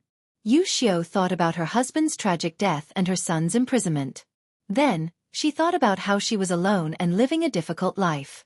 She felt more and more desperate and broke down. There was only one thought in her mind, and that was that her tragedy was caused by Ji Bowen. She wanted to kill Ji Bowen and everyone in the Ji family. There was a voice in her head that kept saying, "Kill them, kill them." She suddenly pushed away the security guards in front of her and rushed to the Ji family's living room. Chen Tingfang and the other two were caught off guard and were a step behind. When they ran to the living room, Yu Xiu had already run into the kitchen. They didn't know what she wanted to do, so they quickly chased after her. When they reached the kitchen door, they saw Yu Xiu holding cooking oil in one hand and a lighter in the other. She poured the cooking oil on the ground and shouted, "Don't come over. If you dare come over, I'll set it on fire immediately." "Don't set it on fire. Calm down. We'll leave immediately." One of the security guards reacted quickly. He gave his companion a look, indicating that he should hurry out and call the police. He pulled Chen Tingfang's arm and slowly left the kitchen. The security guard quietly hid behind Chen Tingfang and his colleagues. He planned to retreat further away and call the police. Unexpectedly, Yu Xiu's eyes were very sharp. She noticed his small movements and screamed, "Don't move. The three of you don't move. If anyone dares to move, I'll set this place on fire immediately." As she spoke, she pressed the lighter with a click, and a flame sprang up. The red tongue of flame could engulf this place at any time. Beauty novel, Xinwu 799. Chapter 9:18. Chen Tingfang reached out and comforted her nervously. "Don't move, don't move. We won't move. Ms. Yu, please calm down. Put down the lighter. If there's anything, let's sit down and talk." Yu Xiu hugged the cooking oil and approached them step by step, forcing them to retreat from the kitchen. The four of them slowly moved to the living room. Yu Xiu poured the cooking oil as she walked. The cooking oil flowed all over the floor. Moreover, it was a wooden floor. If it was lit, it would be difficult to control the fire. Chen Tingfang and the other two's hearts were in their throats. Their minds raced as they tried to think of a way to snatch the lighter from Yu Xiu's hands. "Don't move. All of you don't move." Yu Xiu glanced around threateningly. Other than them, there were also a few servants in the living room who were scared silly.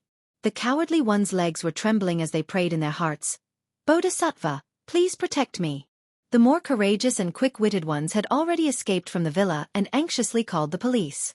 After calling the police, they didn't know what to do and hid far away. Yu Xiu's gaze fell on Chen Tingfang.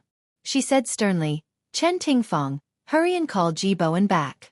No, not just Ji Bowen, but also Ji Yuqi and Ji Yunhan.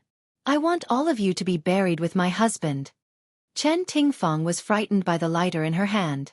She quickly said, "Okay, I'll call them right away. Calm down." Under Yu Xiu's threatening gaze, she didn't dare to take the phone from the coffee table. A servant carefully handed the phone to her. After answering the call, Chen Tingfang forced herself to be calm. "When, Bowen, something happened at home. Come back immediately." Ji Bowen pressed his forehead and said helplessly, "What happened?" Chen Tingfang secretly glanced at Yu Xiu. "A guest is looking for you. Come back immediately." "I'm busy right now and can't leave. If it's not an important guest, send him away first." Chen Tingfang was about to cry. Her voice trembled as she said, "It's very important. It's a very important guest. If you don't come back, we'll all die." As soon as she finished speaking, the phone in her hand was snatched away by Yu Xiu. Yu Xiu fiercely threw the phone on the floor. And then, she kicked Chen Tingfang's stomach and scolded, "Who told you to say that? You want Ji Bowen to call the police, right? You want Ji Bowen to call the police, right?" She was in a sorry state. She wanted to get up. Yu Xiao. U.S.'s. Her st. Her t's she, t's st's. Teat. Yo, why are you looking at me like that? Are you not convinced?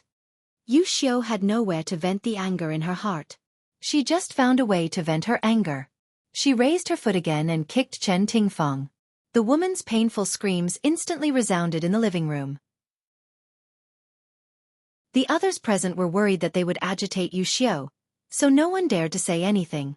Poor Chen Tingfeng could only endure her punches and kicks.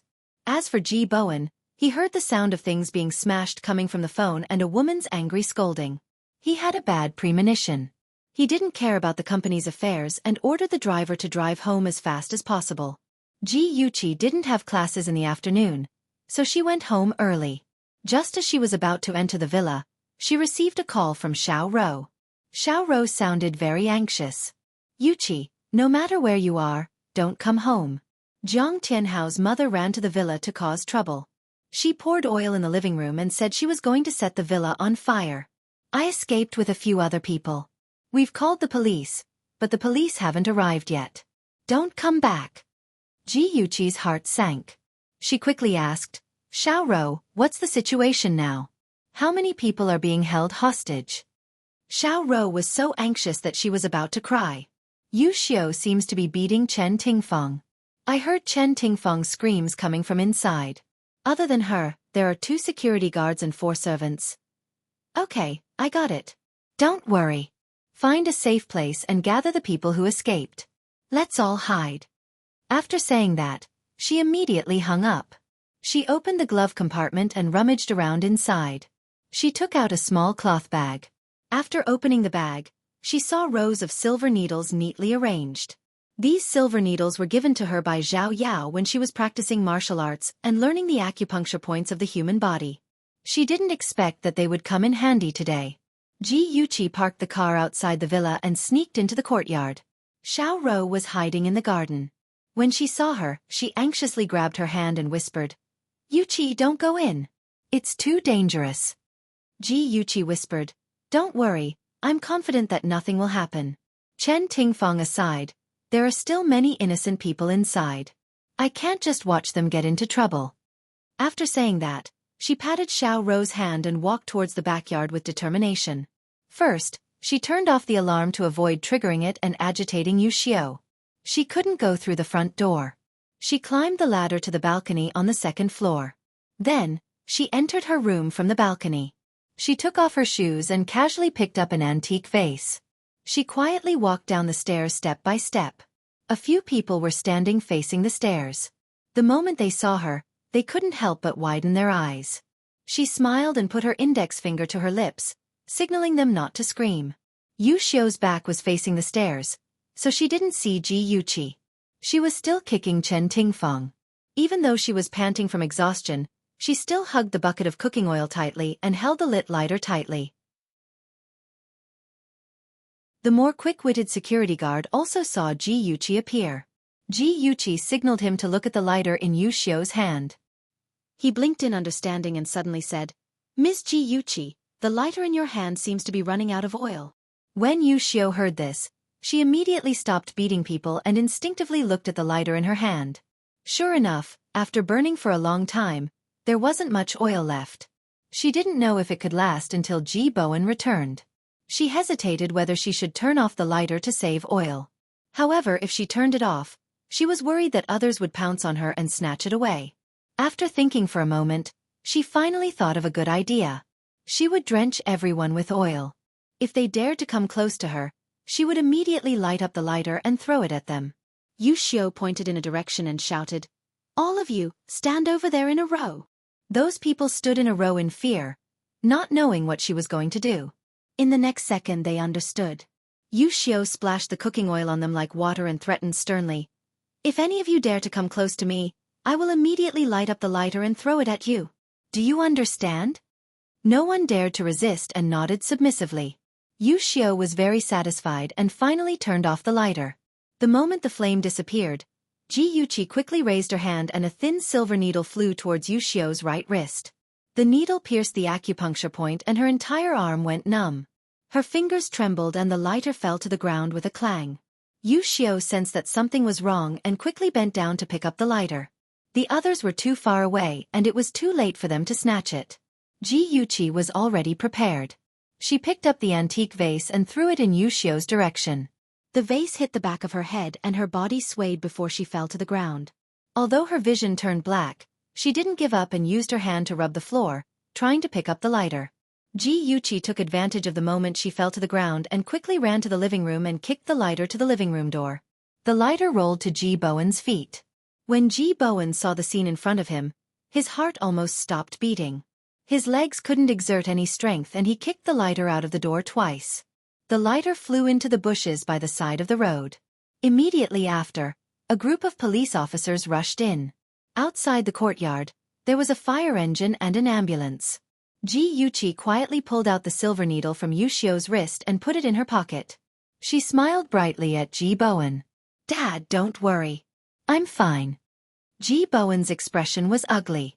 He was silent and walked straight to Ji Yuqi. His heavy eyes stared at her. Worry, fear, heartache, blame, all kinds of complicated emotions intertwined in his eyes. However, due to the presence of outsiders, he couldn't say what he wanted to say. When the policemen saw the situation in front of them, they were all stunned. Ji Yuqi smiled and said, "Officers, the criminal has been subdued. I'll have to trouble you to bring her to the police station." The leading police officer came back to his senses and hurriedly said, "Okay, no problem. Little girl, were you the one who subdued her?" Ji Yuqi smiled mischievously. "Thank you for the compliment, but it was all thanks to the help of that antique vase." The police officer gave a thumbs up. "You're very brave." When Yu Xiao was arrested, she kept shouting that Ji Bowen had killed her husband and that the police should arrest Ji Bowen as well. However, no one paid attention to her and directly sent her to the police car. Chen Tingfang was beaten up by Yu Xiao and had already fainted. 2 medical staff carried her into the ambulance. Ji Bowen and Ji Yuqi also got into the ambulance and accompanied them to the hospital. In the car, the atmosphere was heavy. The medical staff gave Chen Tingfang emergency treatment for her wounds. Although Ji Bowen hated Chen Tingfang, he was also worried about her injuries. The father and daughter were silent for a moment. When they were about to reach the hospital, Ji Bowen looked at Ji Yuqi and said with a straight face, "If something like this happens again in the future, you're not allowed to rush in recklessly. What if an accident happens?" Ji Yuqi shamelessly moved to his side and said softly, "Dad, I know I was wrong. I won't dare to do it again." Ji Bowen said impatiently, "You're always so disobedient. You say you understand, but the next time something like this happens, you'll definitely rush in again." How would his daughter know? When he saw her knocking Yu Xiao to the ground and snatching the lighter, his heart almost jumped out of his chest. Ji Yuqi knew that she couldn't get away with it. She said carefully, "Dad, actually, I've practiced martial arts with Grandpa Zhao Yao. So when I was dealing with Yu Xiao, I was 100% confident that I wouldn't be in danger. Dad, I can't just watch her set the fire. There are so many innocent people in there. I can't just watch her threaten you." If Ji Yuqi didn't snatch the lighter and subdue Yu Xiao, after Ji Yuqi returned home, Yu Xiao would definitely set the house on fire and burn everyone to death. Ji Bowen was silent for a long time. Finally, he sighed heavily and said, "Dad is very happy to see you so brave. However, I'm more worried. You're my daughter. You're the pride of me and your mother. We want to see you safe and happy. Do you understand?" Beauty novel, Xinwu 799. Chapter 919. Ji Yuqi hurriedly nodded. "Dad, I understand. I'll be more careful in the future. I won't let myself get hurt." Ji Bowen's expression softened a little. He rubbed her hair and said gently, "When did you learn martial arts? You didn't even know about it?" Ji Yuqi playfully stuck out her tongue. "It was last year. Actually, Ahan also learned martial arts. We just wanted to strengthen our bodies and have more ability to protect ourselves. Dad, you won't be angry, right?" Ji Bowen harumphed. "Angry? Of course I'm angry. I'm angry that you two actually did things behind my back. My children have really grown up. They're so scheming. You hide everything from your father." Ji Yuqi hurriedly hugged his arm and shook it to please him. Dad, we were wrong. We won't hide it from you in the future. Ji Bowen wasn't really angry. He was just teasing her. Seeing her eagerness to please him, he couldn't help but laugh. All right. You're already a big girl. You're still so spoiled. You'll make a fool of yourself. She harumphed. Even if I become an old woman, I'll still be a child in Dad's heart. I want to act spoiled with Dad. He tapped her forehead with his finger and scolded in a joking manner. Naughty girl! Chen Tingfang was sent to the city's people's hospital, which was the hospital where Lu Jianfeng was staying. After Lu Jianfeng received the news, he dragged his injured leg and anxiously rushed to Chen Tingfang's ward. He didn't even look at Ji Bowen and his daughter. He rushed to the doctor and asked anxiously, Doctor, how's her condition? Are her injuries serious? The patient has multiple soft tissue injuries. Fortunately, her injuries aren't serious. She'll recover in about half a month. Lu Jianfeng glanced at the unconscious Chen Tingfang. His brows furrowed tightly and his tone was hurried. Since her injuries aren't serious, why hasn't she woken up yet? Have you checked her head? The doctor said helplessly. We've already checked her head. There aren't any injuries. Please don't worry. The patient will wake up in a few hours at most. What about the other areas? Have you checked them all? Of course her injuries aren't serious. Please don't worry. Lu Jianfeng repeatedly asked the doctor to confirm that Chen Tingfang was indeed fine before he let the doctor go. After the doctor left, he immediately vented his anger on Ji Bowen and said with a livid face, How did you take care of Tingfang? How did she get hurt so badly? Ji Yuqi really wanted to roll her eyes. This was clearly an accident. Yet Lu Jianfeng was blaming her father. If he wasn't looking for trouble, then what was? Ji Bowen didn't look too good either. He said slowly, Yu Xiu barged into the house and held Tingfang hostage. The injuries on her body were also caused by Yu Xiu. Lu Jianfeng said coldly, Is your Ji family security system just for show? You actually let someone barge into the house. Ji Bowen's face was extremely ugly after being lectured by an outsider in front of his daughter. He clenched his fists and was about to say something when Ji Yuqi stood up. She raised her chin and said righteously, Uncle Lu, you've gone too far. I know that you're worried about Auntie Chen because of her injuries, but please don't take out your anger on my father. It was indeed the security system's negligence to let Yu Xiu barge into the house. However, I've asked the security guards and they said that they had already subdued Yu Xiu and were going to chase her out of the courtyard. It was Auntie Chen who ordered them to let go of Yu Xiu, which caused her to barge into the villa. Auntie Chen is injured, so she should also bear a part of the responsibility. She shouldn't push all the blame onto my father. Don't you think so, Uncle Lu? Her words were clear and the main points were clear. Even the furious Lu Jianfeng had to admit that what she said made sense. However, he obviously couldn't swallow his pride and admit his mistake. Instead, he sternly asked, Do you have the right to interrupt when your elders are talking? Ji Yuqi smiled faintly and said indifferently, If the term elder means that you can't differentiate right from wrong, good from evil, then I really don't agree. Those light words slapped Lu Jianfeng hard in the face. He had heard from Tingfang that Ji Bowen's daughter had a sharp tongue and wasn't easy to get along with. He didn't take it to heart, but now he realized that she wasn't simple. He hated her even more. Lu Jianfeng's deep black eyes stared fixedly at Ji Yuqi. She smiled faintly and calmly welcomed him. The two of them were in a deadlock. Ji Bowen coughed and pretended to reprimand her. Chi-Chi, how can you speak to Uncle Lu like that? Don't you have classes in the afternoon? Hurry up and go to school. Ji Yuqi knew that her father was looking for a way out for Lu Jianfeng. She shrugged and sweetly said, Okay, I got it. Dad, I'll go to school then. Uncle Lu, I'll take my leave first. Bye-bye. Lu Jianfeng's face darkened and he nodded. After Ji Yuqi left, the atmosphere in the room froze again. Lu Jianfeng moved his legs and sat on the chair in front of the bed. He seemed to be waiting there for Chen Tingfang to wake up. Ji Bowen couldn't chase him away, so he helplessly frowned. While Chen Tingfang was recuperating, Yu Xiu was locked up in the detention center. She admitted to trespassing and kidnapping. At the same time, she proposed to sue Ji Bowen for causing her husband's death. However, because the statute of limitations had expired, the court didn't accept the case. She was clamoring to see Ji Bowen.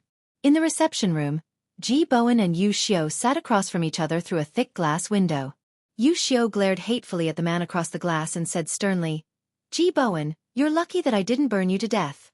Even if I die and become a ghost, I won't let you off. I won't let anyone from the Ji family off." Ji Bowen sighed. "Yu Xiao, why do you hate me so much? Why do you hate the Ji family so much?" Yu Xiao gritted her teeth and said, "You're still playing dumb. You stole the company back then and caused Zhan Yao's death. Tianhao and I were forced to live in the countryside and suffered for decades. Now, your stepdaughter caused Tianhao to be sentenced to prison. His life was ruined by the Ji family. Who else would I hate if not you? Let me tell you, Ji Bowen, God is watching. You'll suffer retribution." Ji Bowen stared at her in disbelief. After a while he said, "You're saying that I caused Zhan Yao's death? Well, you're still playing dumb. Back then, Zhan Yao started a company with you. In order to monopolize the company, you set him up and chased him out of the company. Later, Zhan Yao tried to start another company. After he failed, he went to look for you and wanted to return to G Group to work. But what about you? Not only did you not help him because of your years of friendship, you even got someone to kill him with a car. Ji Bowen, you're so black-hearted. How can you sleep after so many years? Have you never dreamed of Zhen Yao?" Ji Bowen was shocked. He looked at Yu Xiao as if she was crazy. Her wrinkled cheeks were distorted by anger and looked even more terrifying. He was silent for a long time. Then, he slowly shook his head and said in a deep voice, "I didn't expect you to misunderstand me so deeply. It seems that there are some things that I can't hide from you anymore." After the conversation, Yu Xiao's face was full of tears. Her eyes were lifeless and she muttered, "I don't believe you. You must be lying." Looking at her figure being taken away by the prison guards, Ji Bowen sighed heavily. He didn't expect that a well-intentioned lie would cause such an irreversible situation. If he had known, he wouldn't have hidden it for Zhang Zhenyao. "Dad, what's wrong? Are you feeling unwell?" Ji Yuqi stepped into the living room and found that her father had come home early. He sat on the sofa in silence and didn't look very good. Ji Bowen came back to his senses. He pinched his eyebrows and said in a tired voice, "I'm fine. I just remembered some things from the past and felt a little emotional." Ji Yuqi walked behind him and massaged his shoulders. She said softly, "Dad, when you visited Yu Xiao in the detention center today, did she say something to you? Last time when she was arrested, she said that you killed her husband. Who is her husband? Is that true?" This question had been lingering in her heart for a long time. Today, she finally had the chance to ask. Ji Bowen didn't hide it from her. He slowly said, "Then we'll have to start from 20 years ago." The story wasn't long, but it was shocking. Ji Yuqi finally understood why Jiang Tianhao in her previous life was so ruthless against the Ji family, against her and Han. She always thought that Jiang Tianhao was after money, but now she knew that he was after revenge. Different prisons, different visiting rooms, and different people visiting them. Ji Yuqi looked at the man on the other side of the glass. He used to be high-spirited and gentle, but now he was haggard. In addition, there were a few long scars on his cheeks because of the special care his companions gave him in prison. He looked down and out. Jiang Tianhao was also looking at her. She was even more beautiful than the last time they met. Her jade-like face, cold and elegant expression, was still elegant and noble. He bitterly opened his mouth and said in a hoarse and unpleasant voice, "I didn't expect you to come visit me, Yuqi." Ji Yuqi looked at him coldly and said indifferently, "I'm here to tell you some truths. Before I tell you, please answer me a question. You hate the Ji family, right?" Jiang Tianhao was shocked. "Why do you ask? That means you hate them. Haha, how interesting. Jiang Tianhao, you hate the Ji family and my father because my father stole your father's company and killed your father, right? How do you know? It's simple. I found out the truth. I want to tell you what the real truth is." Ji Yuqi unfolded a piece of paper beside her and pasted it on the glass. She said in a low voice, "Open your eyes and take a good look. Your father's signature is on this piece of paper. He personally agreed to transfer the entire company to my father for a price of 1 million. Jiang Tianhao carefully read the document and found that it was indeed his father who proposed it. He said unwillingly, Ji Bowen must have dug a trap for my father to jump into. Otherwise, how could he sell the shares for 1 million? Ji Yuqi sneered. You think 1 million is too cheap, don't you? Then, what if you add this IOU for 5 million? She took another piece of paper and pasted the side with the words on it on the glass, so that he could see it clearly. She continued, this IOU was personally written by Zhang Zhenyao. Due to his greed for fame, he was schemed against and owed the other party $5 million. In order to help him pay off this debt, my father went to all the banks in Ing City and used the company as collateral to get a loan of $6 million. $5 million was used to pay off the debt, and the remaining $1 million was given to your father to buy his shares. Attention, Xinwu 799.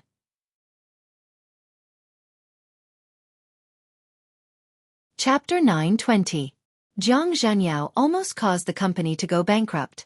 If it weren't for my dad's efforts to turn the situation around, would there still be G Group today? My dad helped him keep this secret for the sake of his longtime friend so that he could maintain his dignity in front of his wife and children and not embarrass himself in front of his employees. I didn't expect that because of this, you would misunderstand that it was my dad who snatched the shares from your father's hands. What a joke. What?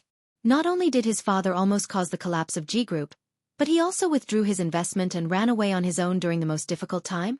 No, this can't be true. Jiang Tianhao's eyes were about to split open. He suppressed his anger and roared, That's impossible. You made this up. Ji Yuqi curled her lips in disdain. Something that you've always believed in suddenly collapsed. You couldn't accept reality, so you hypnotized yourself and said that all of this was fake. Jiang Tianhao, can you be any more useless? Jiang Tianhao was like a trapped beast. He grabbed his hair angrily and roared angrily. He didn't believe that all of this was fake. He suddenly jumped up agitatedly and rushed to the front of the glass. He shouted anxiously, There's also a car accident. Ji Bowen caused the car accident and caused my dad's death. Ji Yuqi sneered. My dad caused the car accident? Jiang Tianhao, do you have a brain? Your dad drank too much and ran into the road by himself. He was hit by a truck and died. The police even made a statement at that time. If you don't believe me, we can go to the police station and check the file. No, I don't believe it, I don't believe it. Jiang Tianhao roared emotionally. Ji Yuqi looked at him coldly and criticized him mercilessly and sharply. You obviously have doubts, but you still don't want to believe it. That's because you treat revenge as your life's goal. You refuse to admit that you wasted 20 years of your youth to hate an enemy that doesn't even exist. Jiang Tianhao, you really are a failure. I look down on you. Jiang Tianhao was mercilessly reprimanded by her. He held his head tightly with both hands and trembled all over. He suddenly felt that he was ridiculous. Since he was young, his mother had told him that Ji Bowen had killed his father. She also said that the truck driver had been bribed by Ji Bowen. He believed it without a doubt. Even when he asked for details and his mother couldn't explain it clearly, he never doubted it. He just thought that his mother couldn't remember it clearly. As he grew older because of his poverty, he suffered a lot of hardships and received many supercilious looks from people. He attributed all these hardships to his lack of a father. Thus, he hated Ji Bowen more and more.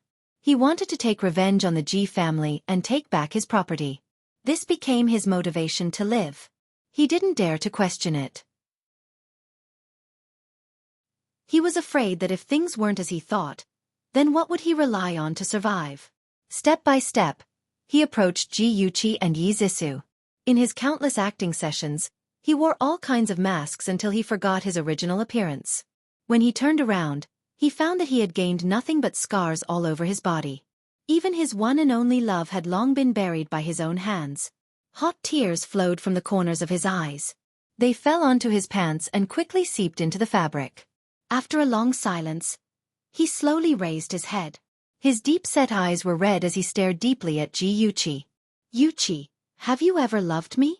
Ji Yuqi's eyes narrowed slightly. She suddenly remembered the time when she fell off the cliff in her previous life. Her fingers clung onto the railing as her body hung in mid-air. She asked him in despair why he wanted to harm her when she clearly loved him so much. At that time, he looked down at her from above and sneered, Don't you understand? I've never loved you. Pulling herself out of her memories, Ji Yuqi suddenly laughed out loud. She laughed so hard that tears flowed from the corners of her eyes. She slowly stood up and looked down at Jiang Tianhao on the other side of the glass. She sneered and said, "Don't you understand? I've never loved you." This was what he owed her in her previous life.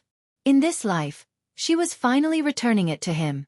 Jiang Tianhao's body trembled. He was like an eggplant that had been hit by frost. His face was ashen and lifeless. "You've never loved me? Not even a tiny bit?" His voice sounded as if it came from a broken flute. It was bleak and unpleasant to the ears. She said coldly, "No. So you're also acting?" "Yes, since you've never given your heart, what right do you have to ask others to give their heart?" Ji Yuqi's cold eyes slid across his cheeks. After throwing down these words, she left behind a proud and cold back view and walked away resolutely. Jiang Tianhao stared at her back view in a daze. After a long time he said in a low voice, "But I loved you." The fog was confusing. He couldn't see the direction clearly and couldn't see the surroundings clearly. He walked aimlessly in the fog alone. He had a thought in his mind that he was looking for something, but he couldn't remember what it was that he was looking for. Suddenly, a gust of wind came from nowhere and blew away the thick fog around him.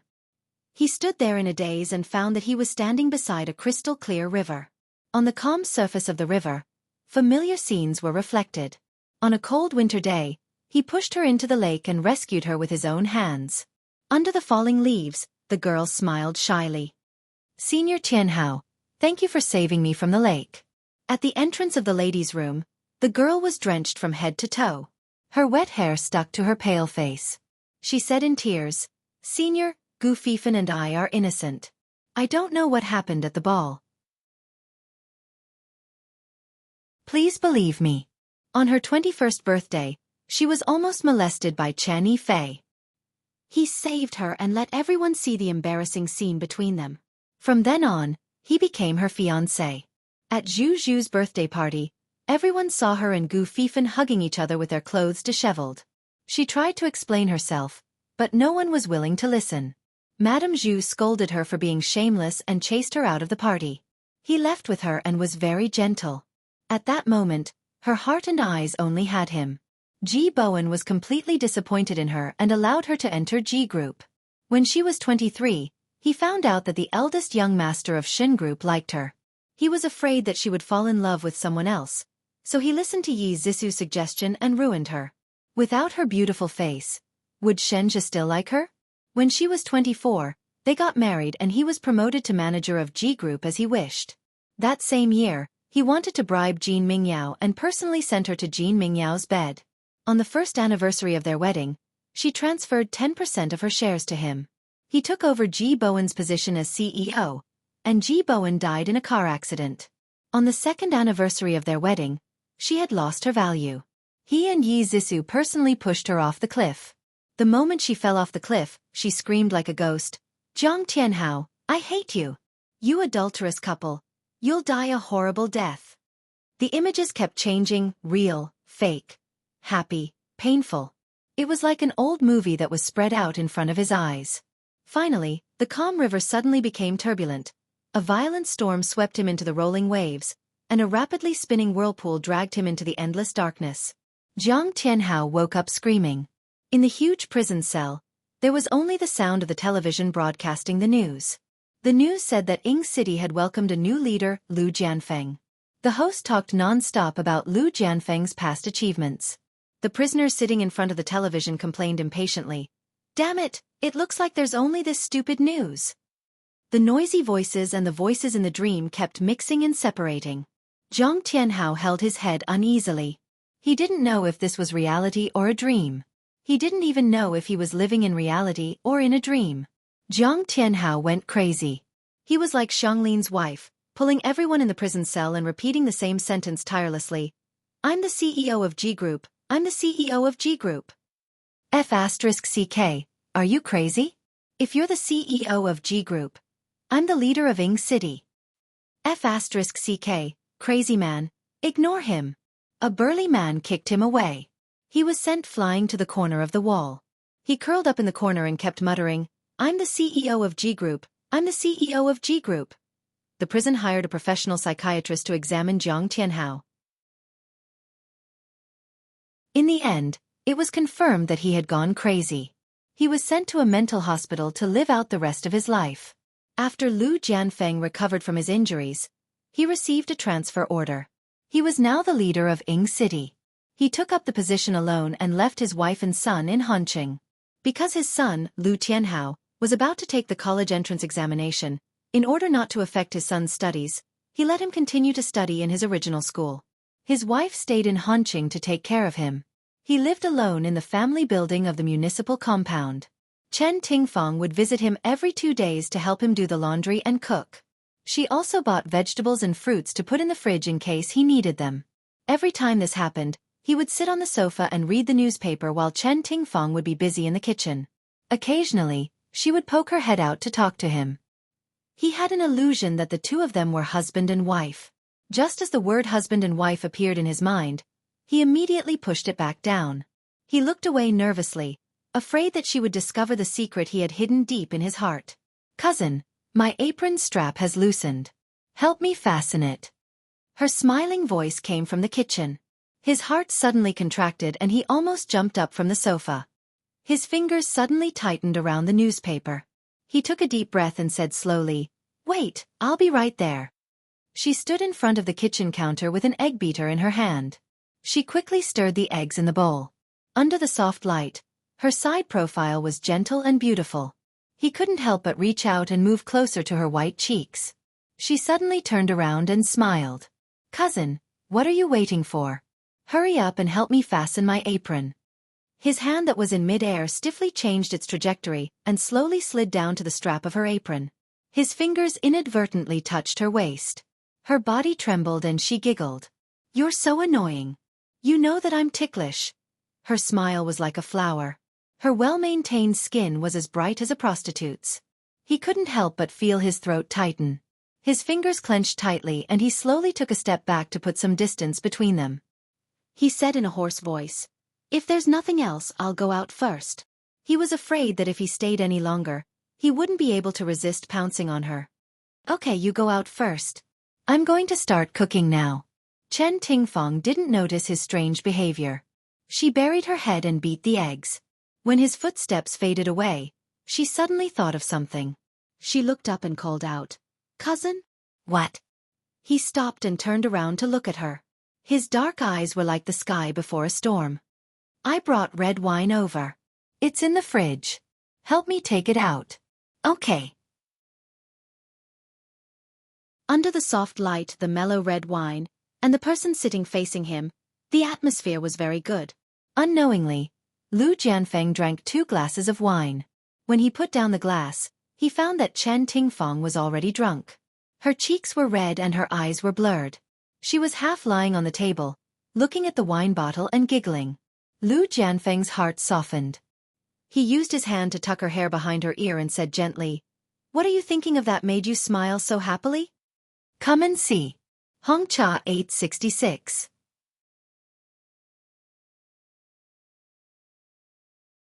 Chapter 921. His fingers were cool and comfortable.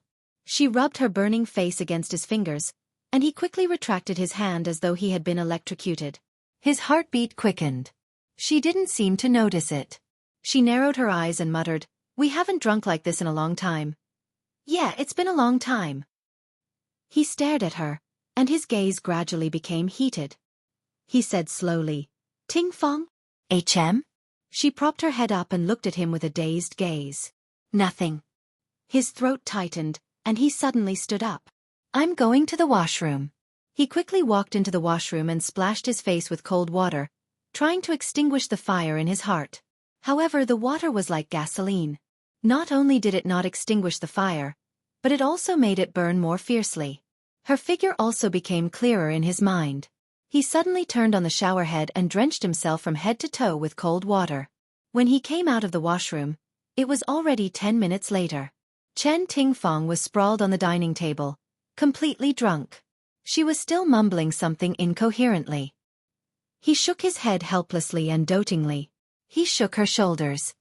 "Tingfang, wake up. I'll take you home." She muttered impatiently, "No." Forget it. Staying over for a night occasionally wasn't a big deal. He would just give Ji Bowen a call later. Lu Jianfeng first went back to his room to change his clothes, then picked her up and put her on the bed in the guest room. He took off her shoes and pulled the quilt over her body. Just as he was about to get up and leave, a hand suddenly grabbed his clothes, and then a soft body pressed against his arm. "Ihan, I missed you so much." "Ihan." She leaned on his arm and sobbed. Lu Jianfeng was angry and jealous. Who was Ihan? She had never mentioned him to him. That man named Ihan was actually hidden deep in her heart. He was going crazy with jealousy. He suddenly grabbed her wrist and asked with an ashen face, "Who is Ihan? What's your relationship with him?" She was so drunk that she couldn't understand what he was saying, let alone answer his question. She just hugged him tightly and called out, "Ihan." "Oh, it's so hot. Ihan, let go of me. I'm so hot. Ting Feng, don't move." Lu Jianfeng was about to go crazy from her torture. When she struggled, the buttons in front of her chest were pushed open, revealing her snow-white skin and a faintly discernible cleavage. The flame in his heart was ignited once again, burning his rationality. "Ihan, I miss you. I want you." Women were like wolves in their 30s and tigers in their 40s. Chen Tingfeng had been dry for so long. After being numbed by the alcohol, her body was filled with a strong desire. She was like a seductive vixen as she wrapped herself around his body. Her hands were on his body, and her lips kissed his firm chest. Hiss! He sucked in a breath of cold air. His whole body was tense, and all his blood was rushing to the top of his head. The beast in his heart was roaring wildly, wanting to suppress her. However, the remnants of reason in his brain kept reminding him that he couldn't. That was evil, that was disgusting. "Ting Feng, don't mess around anymore." The veins on Lu Jianfeng's forehead throbbed. In the end, he held it in. He grabbed her hand and pulled her away from his body. He wrapped her tightly in the blanket and left the room in a sorry state as if he was fleeing for his life. After the hangover, he had a splitting headache. Chen Tingfeng rubbed her forehead and opened the bedroom door. When she saw a man and a woman sitting opposite each other in the living room, she was stunned. She hurriedly tidied up her messy hair and clothes and smiled awkwardly. "Cousin-in-law, when did you come?" Sitting opposite Lu Jianfeng was his wife, Wu Shuyi. She used a tissue to wipe the corners of her eyes. Her eyes were red, and she forced a smile. "I just arrived this morning. When I came, Jianfeng said that you were sleeping, so I didn't wake you up."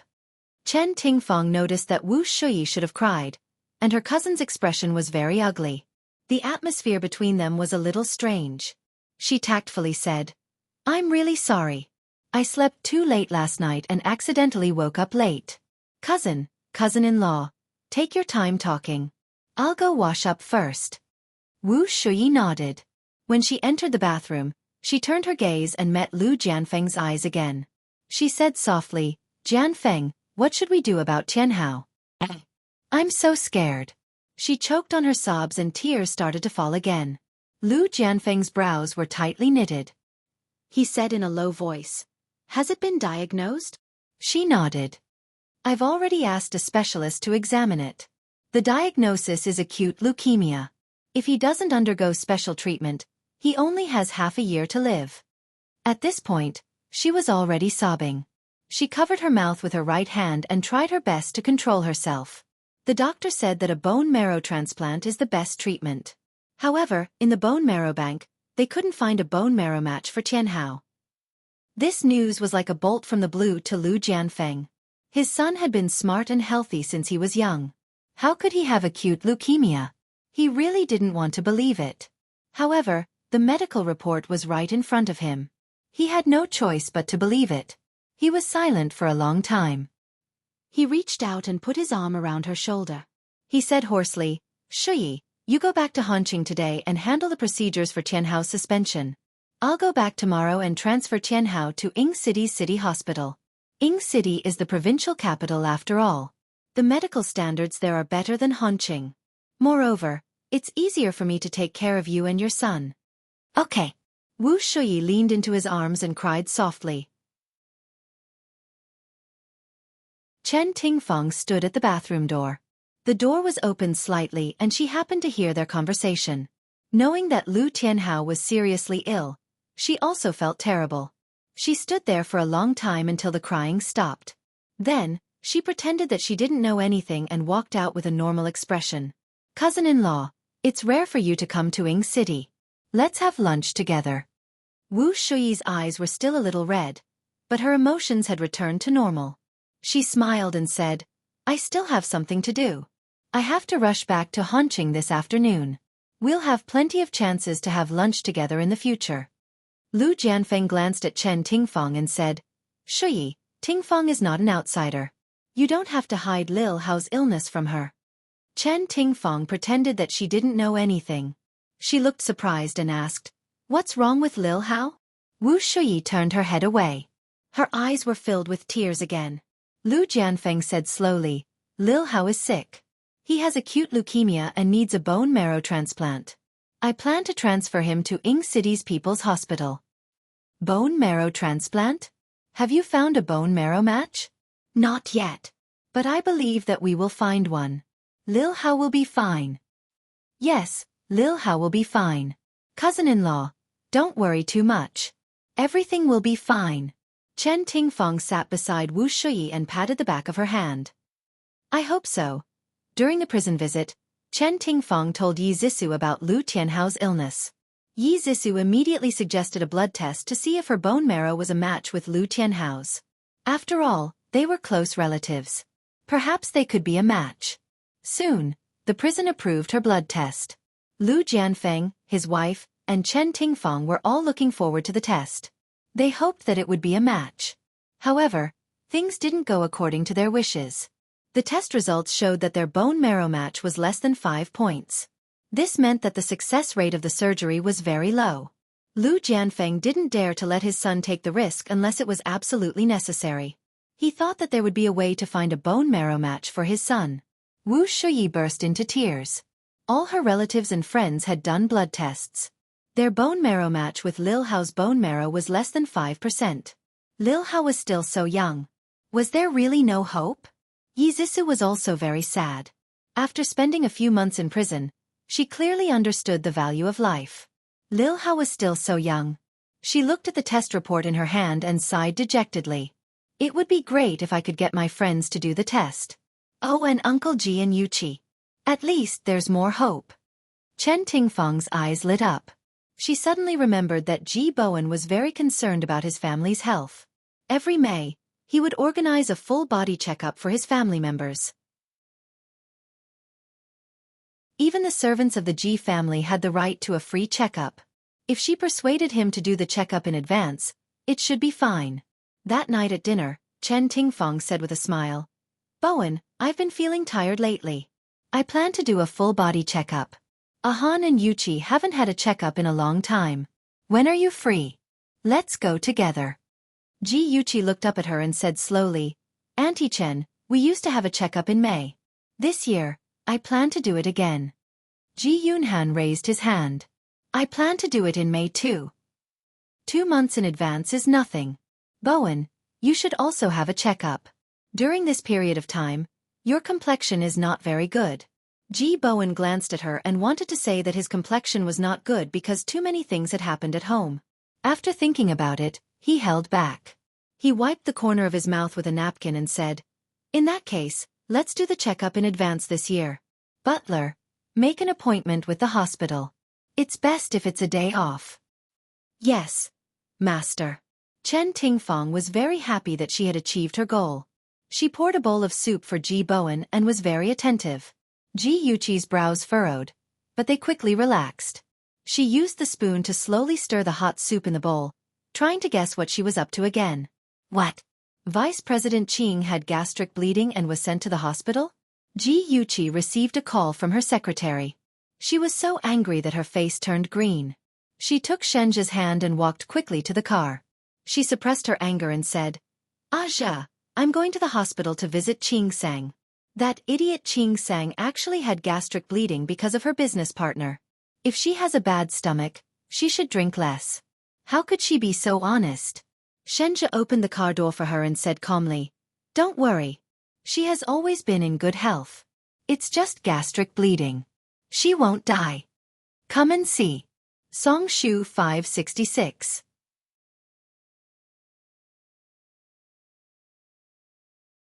Chapter 922. Ji Yuqi buckled her seatbelt and said suspiciously, Aja, you don't seem very happy. Shenzhe gestured for Aze, who was sitting in the driver's seat, to start the car. Then he rubbed Yuqi's hair and said expressionlessly, Correction, I am very unhappy. Why? Qing Sang is my friend and also your subordinate. It's reasonable for us to care about her. Ji Yuqi felt that it was necessary to teach him about the ways of the world. If a person was too cold, he would lack friends and feel lonely. She didn't want Shenzhe to feel lonely. Shenzhe said seriously, Because you're jealous. You care more about her than you care about me. Hey, I'm not. I'm also very concerned about you. Ji Yuqi pouted, feeling wronged. She had been wrongly accused. I came to your school from the company hungry because I wanted to have lunch with you. But after you heard that Qing Sang was sick, you forgot about me. He stated the truth seriously. Ji Yuqi felt guilty. I'm sorry. It's my fault. If you're hungry, let's go eat first and then go to the hospital, okay? He patted her head like he was comforting an uneasy pet. Let's go to the hospital to see Qing Sang first. Otherwise, you'll be distracted when you eat. He knew her character very well. She bit her lip. Suddenly, her eyes lit up and her cheeks bloomed with a bright smile. Wait a minute. I have something for you. She put her handbag on her lap, unzipped it, and rummaged through the bag. Finally, she took out 2 bags of snacks, a bag of biscuits, and a chocolate bar. She handed them to him as if she was presenting a treasure. She smiled happily and said, Here, these are my snacks. They can fill your stomach. Shenzhe looked away in disgust. I never eat this kind of junk food. It's okay to eat it once in a while. It's delicious. I'm not lying. She quickly opened the bag, picked up a piece of biscuit with jam and fed it to him. She coaxed him like she was coaxing a child. Ah! Open your mouth. Good boy, open it quickly. Shenzhe was speechless. Do you think I'm a child? Even children aren't as picky as you. Young Master Shin, please eat a little. I'll be very sad if you starve yourself. Please, please. She almost climbed on top of him, one hand on his chest, the other holding the biscuit to his mouth, a pair of beautiful eyes quickly blinking, like the bright stars in the sky. His face was dark. Feed me. Okay, open your mouth. It's not like that with your mouth, feed it. She was blushing. S's lips. Then he bit by bit until her fingers finger her fingers. She blushed and whispered, Stop fooling around. Aze is still here. Aze didn't hear or see anything. His eyes were focused in front of him. As a competent bodyguard and killer, he was very professional. He absolutely didn't see or hear anything indecent. Listen, that didn't seem to be something he could control. Ji Yuqi was very worried about Qing Sang. She thought she would see her lying weakly on the hospital bed. In fact, she was leaning against the bed, with one hand on an 4-drip and the other handling company documents. A thick stack of documents was neatly placed beside her. Even when she heard someone come in, she didn't raise her head. Stop persuading me to rest. If you keep nagging, go back immediately, she said coldly. Oh, even if she was sick, the queen was still the queen. Her aura was strong and imposing. Ji Yuqi couldn't help but laugh. She approached her in her high heels. Queen Qing Sang, who are you angry with? Don't tell me it's Yu Lei? Yu Lei was the only one who could make her so uneasy. Speaking of which, Yu Lei was really a weirdo.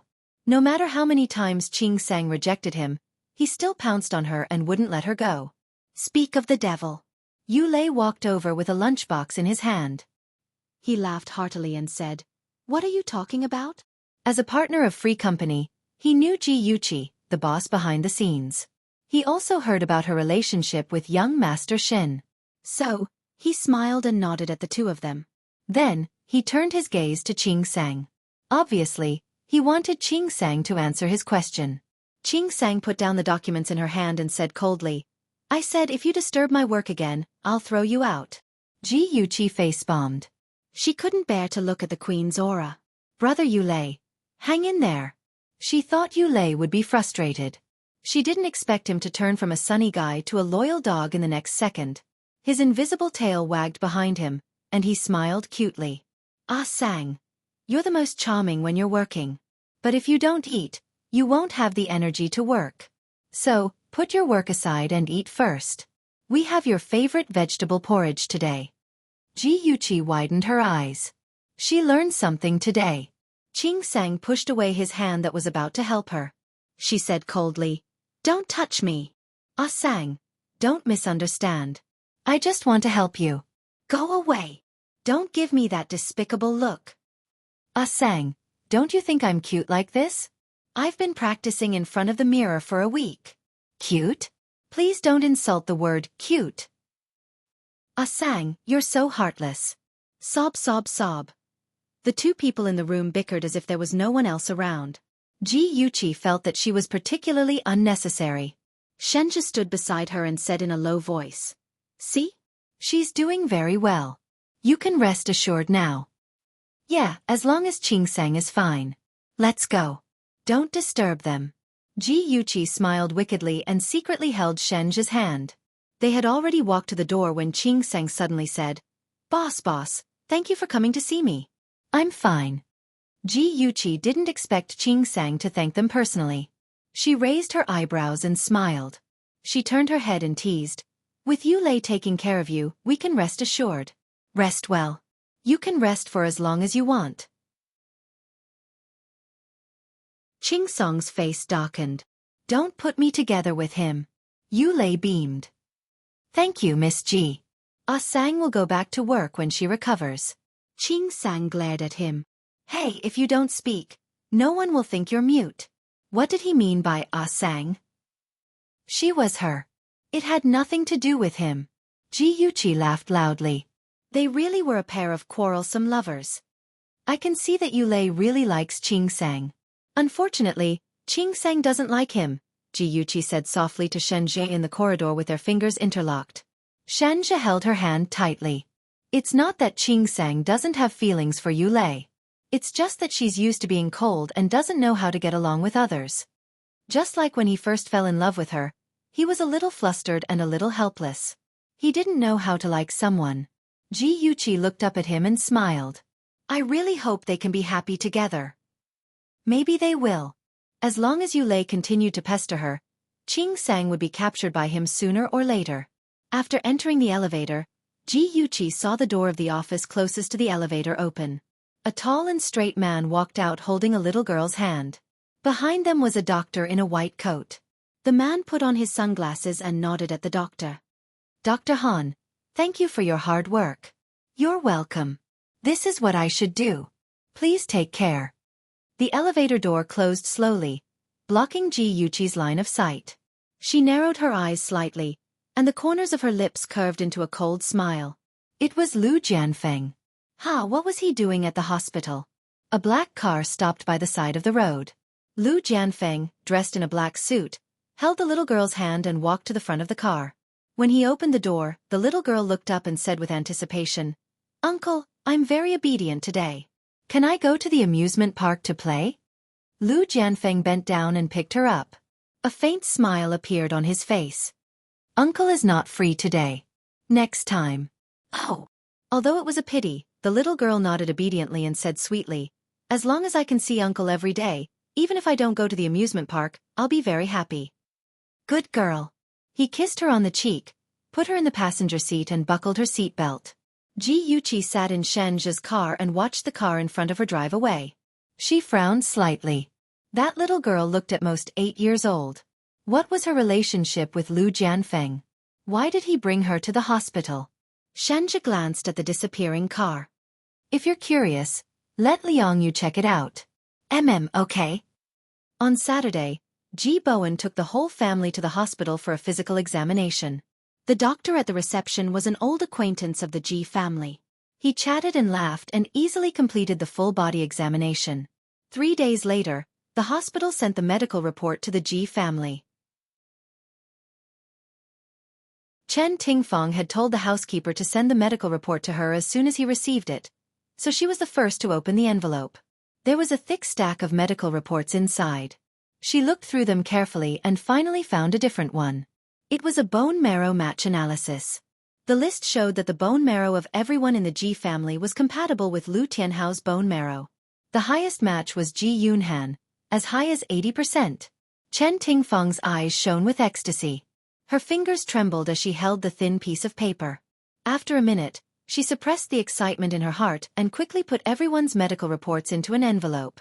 Then, she used a lighter to burn the results of the match and turned it into ashes. Her fingers trembled slightly and she dialed Lu Jianfeng's number. "Hello, cousin. Let me tell you a piece of good news. Ji Yunhan and Xiao Hao's bone marrow match is 80%. Xiao Hao can finally undergo a bone marrow transplant."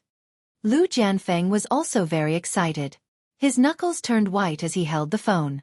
He sounded anxious. "Is that true?" Chen Tingfeng's eyes reddened.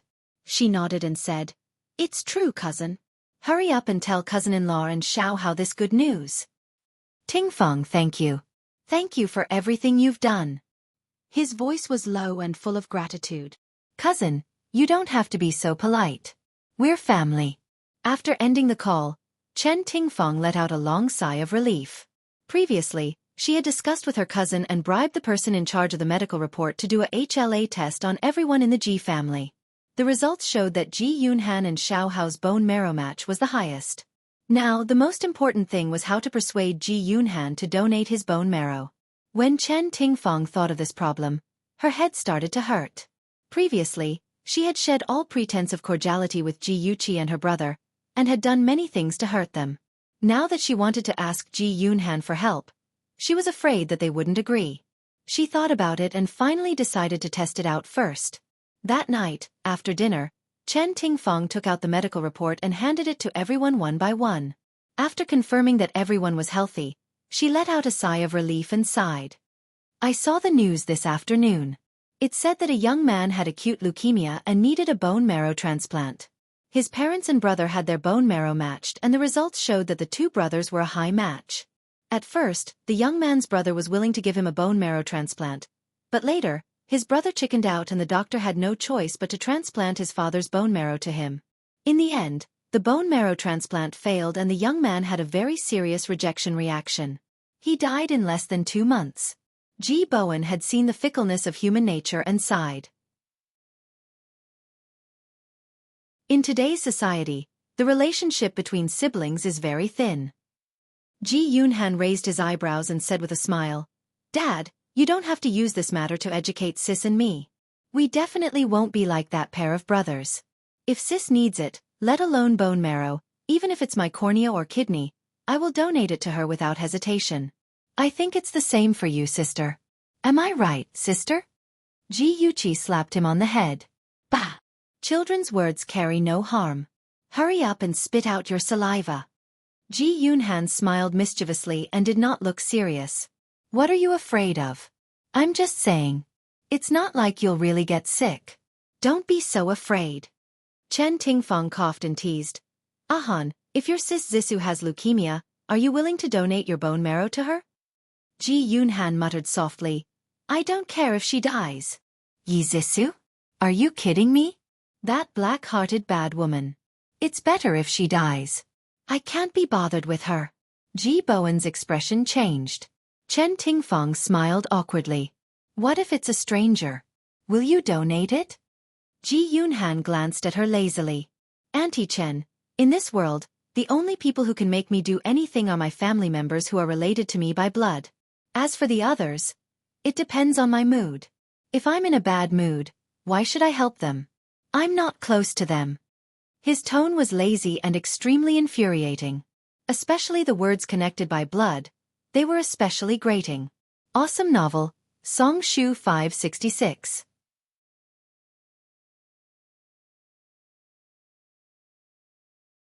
Chapter 923. Chen Tingfeng felt a mouthful of blood in her chest.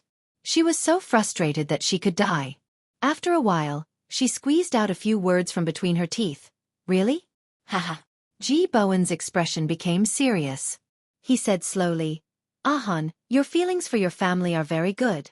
However, you can't be heartless towards outsiders. If you can help them, help them. Don't act according to your whims. Do you understand? I understand, Dad. I'm just kidding. Ji Yunhan's indifferent attitude made Chen Tingfeng's heart sink. She knew that Ji Yunhan was serious. He would never help someone he did not like. Even if Ji Bowen was suppressing him, he would still not listen. Moreover, would Ji Bowen really help her persuade Ji Yunhan? She was really doubtful. After all, the Ji family and her cousin were not on good terms. The snow-white walls and the faint smell of disinfectant. Chen Tingfeng pushed open the door and saw the young man standing by the window. His dark hair covered his forehead. His bright eyes were filled with melancholy. His face was as pale as snow. When he saw her, the melancholy in his eyes was immediately replaced by a smile. "Aunt, you're here." Chen Tingfeng shook the bag in her hand and smiled. "I brought you a game console today. You won't be so bored anymore." Lu Tianhao cheered. "Yay, that's great. I used to want to play games, but Mom wouldn't allow it. She said that it would affect my studies. Now I don't have to worry. I can play games to my heart's content." On his handsome face, there was a bright smile on his face. Chen Tingfeng felt her heart ache when she saw that he was pretending to be cheerful. Lil Hao was still a child. How could he not be afraid when faced with the threat of death? In order not to worry the adults, he would only show his negative emotions when he was alone. The room was very quiet. Only the sound of the game console could be heard. Wu Shuyi looked at her son sympathetically. She quietly walked to Chen Tingfeng's side and pulled her out of the ward to the end of the corridor. "Tingfeng, how's the discussion about the bone marrow donation going? Did Ji Yunhan agree?" Chen Tingfeng said awkwardly, "Cousin-in-law, I tried to sound out Ji Yunhan's opinion. He's not very willing." "Then what should we do? Otherwise, I'll go to Ji Bowen and ask him to persuade his son." Wu Shuyi's eyes are red. Now Ji Yunhan is her life-saving straw. She must grab him. "Cousin-in-law, to be honest, even if you beg Ji Bowen, I'm afraid that he won't agree. After all, we have a grudge against him before." Chen Tingfeng gritted her teeth and made up her mind. She said resolutely, "Cousin-in-law, don't worry. I'll handle it well." Wu Shuyi grabbed her wrist tightly and asked anxiously, "How are you going to solve it? Could it really be solved? Little Hao doesn't have much time left. We have to perform the surgery as soon as possible." Chen Tingfeng hesitated for a moment, then leaned over to her ear and whispered a few words. Wu Shuyi was shocked. "Isn't that a bad idea? Why don't we talk to them? What if they agree? What if they don't agree? Won't we alert them? We won't have any chance at all? I've already consulted the doctor. Donating bone marrow won't harm the donor. Moreover, the process is relatively simple. As long as we do it cleanly, no one will notice. But I'm still worried. I feel that it's a little too much." Chen Tingfeng looked in the direction of the ward and said faintly, "Cousin-in-law, compared to Little Hao's life, what's the big deal?" In the end, Wu Shuyi was moved by her words and agreed with her idea. However, she was still worried. Therefore, when she saw Lu Jianfeng that night, she told him about Chen Tingfeng's plan. In the end, she said uneasily, "Jianfeng, are we really going to do this?" Lu Jianfeng frowned and remained silent. He had considered asking Ji Bowen for help. However, he was a person who had been in a high position for a long time and had developed a sense of arrogance. It was really difficult for him to lower his voice and beg Ji Bowen. Moreover, he had threatened Ji Bowen before. If he were to ask him for help now, he would definitely make things difficult for him or even reject him. He massaged his temples and said slowly, "Tingfeng has a point. If Ji Bowen doesn't agree, we'll alert them again. It'll be very difficult to carry out our plan in secret." This meant that he agreed with Chen Tingfeng's idea. Wu Shuyi didn't know why, but she felt relieved. She also comforted herself. Anyway, Ji Yunhan's body wouldn't be harmed, so she shouldn't worry about it.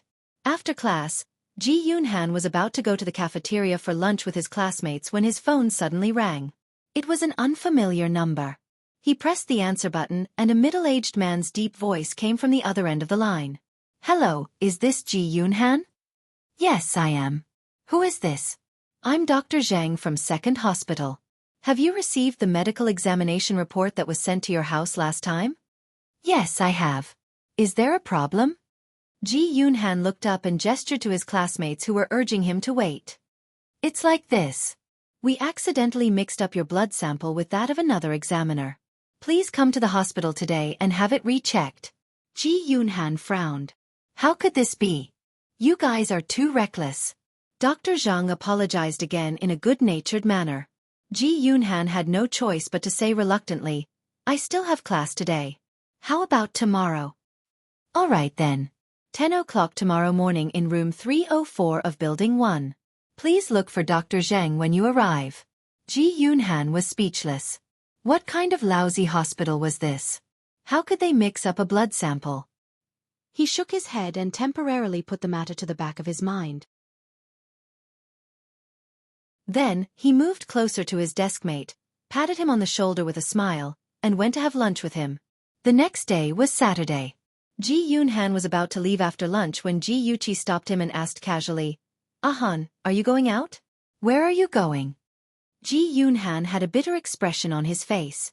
I'm so unlucky. There's nothing wrong with your medical reports. Only mine. They said there was a mistake with the blood sample. They want me to do a blood test again. I'm going to that hospital now. Ji Yuchi had already made an appointment with Lin Yushi to play golf. When she heard his words, she did not take it to heart. She smiled and waved her hand. It's your fault for being so unlucky. Hurry up and go. Come back early in the afternoon. I'll personally make soup for you to replenish the blood you've lost. Okay, I'll go first. Bye, sis. Ji Yoonhan ran off like the wind. Ji Yuchi shook her head in amusement. She looked at the time and saw that it was already late. She quickly finished her breakfast and left in a hurry. Ji Yoonhan found the examination room according to the address given by Dr. Zhang. A man wearing a mask and a white coat nodded at him. Then let's start now. The man first measured his blood pressure and then wanted to draw his blood. He curled his lips helplessly and rolled up his sleeves. He muttered, Don't make a mistake this time. Although I'm a man and am not afraid of pain, drawing so much blood makes me dizzy. Don't worry, we won't make a mistake this time. The doctor comforted him with a few words and inserted a long needle into his blood vessel. He took out a large tube full of blood. He looked at the dark red blood in the syringe and felt his scalp go numb. Come, drink some sugar water and rest. A young nurse handed him a glass of water. He said, Thank you, and took it. After drinking it, he felt that it was a little bitter. Maybe it's because there's too much sugar. It's so sweet that it's bitter, he thought. He put the glass on the table and wanted to stand up. Suddenly, he felt dizzy and his vision turned black. He quickly held onto the back of the chair and vaguely heard someone say, Don't move. Rest for a while. You're scared of blood. His lips moved twice. He wanted to speak, but his voice seemed to be stuck in his throat. No matter how hard he tried, he could not speak. His eyelids were swollen and he slowly closed his eyes. With a thump, he fell onto the chair. Ji Yoonhan slowly opened his eyes. The dazzling light pierced his eyes, causing them to ache. He reflexively closed them, then slowly opened them again. The nurse's gentle voice entered his ears. Ah, you're awake. You suddenly fainted. You gave us a fright. He turned his head and looked at the nurse standing at the head of the bed. I fainted? He asked in a daze. The nurse's eyes curved. Yes, you fainted. You've been asleep for 2 hours. Are you okay? Do you want me to inform your family? I'm fine. There's no need to inform my family. Ji Yoonhan felt numb all over. It was as if he had been electrocuted. There was also a sharp pain in the back of his buttocks. He sat up with his hand on his forehead and slowly got off the bed. When he stood on the ground, he felt a sharp pain in his buttocks. He must have accidentally pulled something. Strange. He did not get an injection. Why does his buttocks hurt? He looked at the nurse in confusion. Did you do anything to me after I fainted? The nurse blinked quickly. We just carried you to the bed. What's wrong? Do you feel uncomfortable anywhere? Ji Yoonhan's cheeks reddened. He could not say that his buttocks hurt in front of a girl. Perhaps he had slept for too long and hurt his buttocks. He shook his head. I'm fine. When can I receive the blood test report? We'll mail it to your house in 3 days. Okay, thank you. Goodbye. He took out his phone from his trouser pocket as he walked to the door. When he saw that it was a call from his sister, he quickly dialed her number. Sis, you were looking for me just now. What's up? When she received his call, Ji Yuchi's car was parked in the hospital's parking lot. She opened the door and got out of the car. Ahan, I happened to be around the hospital, so I picked you up to go home. Are you done with your checkup? I'm done. I'm going down now. That's good. I'll wait for you in the hospital garden. Come down quickly. Ji Yuchi hung up the phone and strolled around the hospital garden. Two beautiful nurses carrying folders walked over, laughing and chatting. One of the nurses wearing glasses whispered, "You don't know yet, right?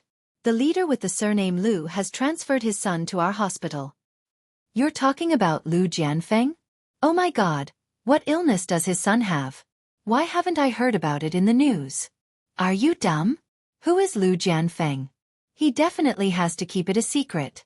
How could he let the media know about his son's illness? But then again, his son is really lucky. He has acute leukemia. When he was transferred to our hospital, a volunteer was willing to donate his bone marrow.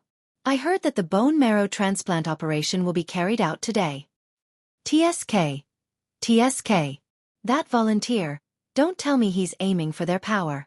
As long as he donates his bone marrow, he'll be the benefactor of the Liu family. Won't he be related to the Liu family in the future? Don't talk nonsense. That volunteer has a powerful background too.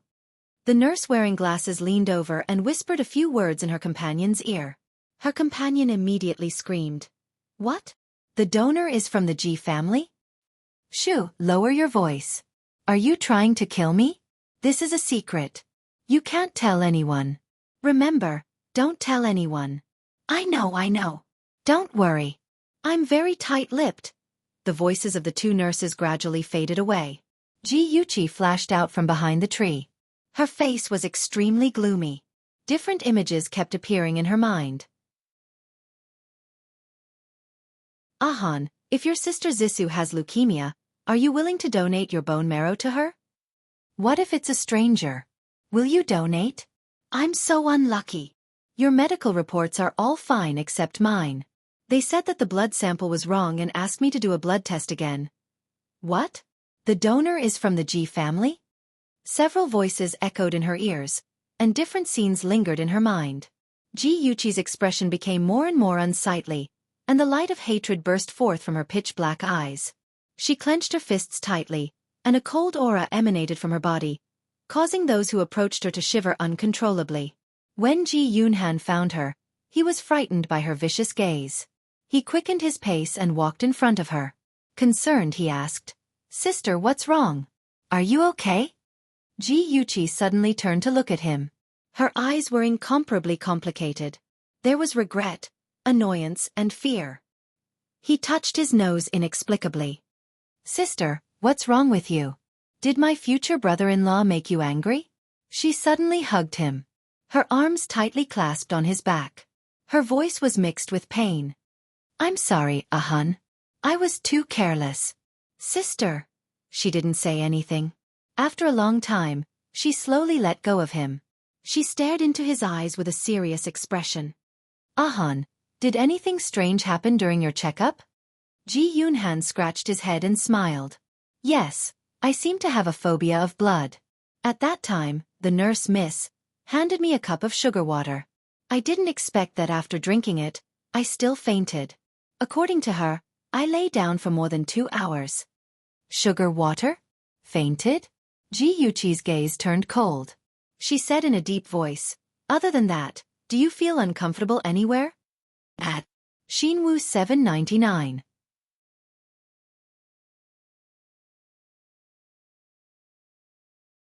Chapter 924.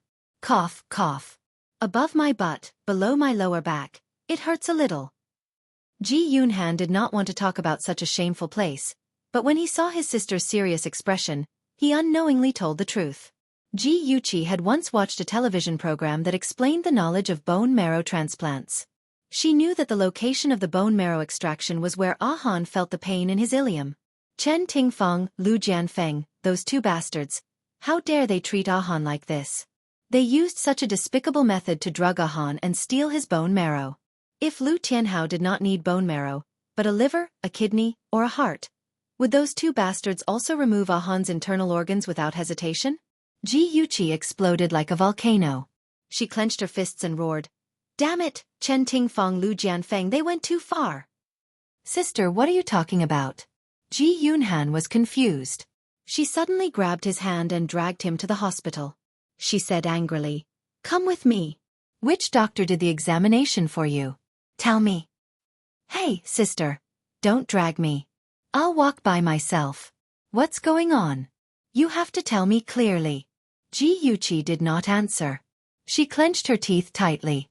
She was afraid that if she opened her mouth, she would not be able to resist cursing those two bastards. She dragged her brother all the way until they entered the elevator. Only then did she manage to suppress her anger. She faced her brother and told him her suspicions. "Han, Lu Jianfeng's son has acute leukemia and needs a bone marrow transplant. I suspect that your bone marrow matches his. And just today, your bone marrow was extracted." Ji Yunhan was shocked. He widened his eyes in disbelief. "How did you know?" Ji Yuqi clenched her fists and told him her deduction concisely and quickly. She said, "Although it's just my speculation, it's very likely to be true. Later, I'll verify it with the doctor who extracted your blood." "The examination room." "Yes, Madam Chen. I've taken care of it.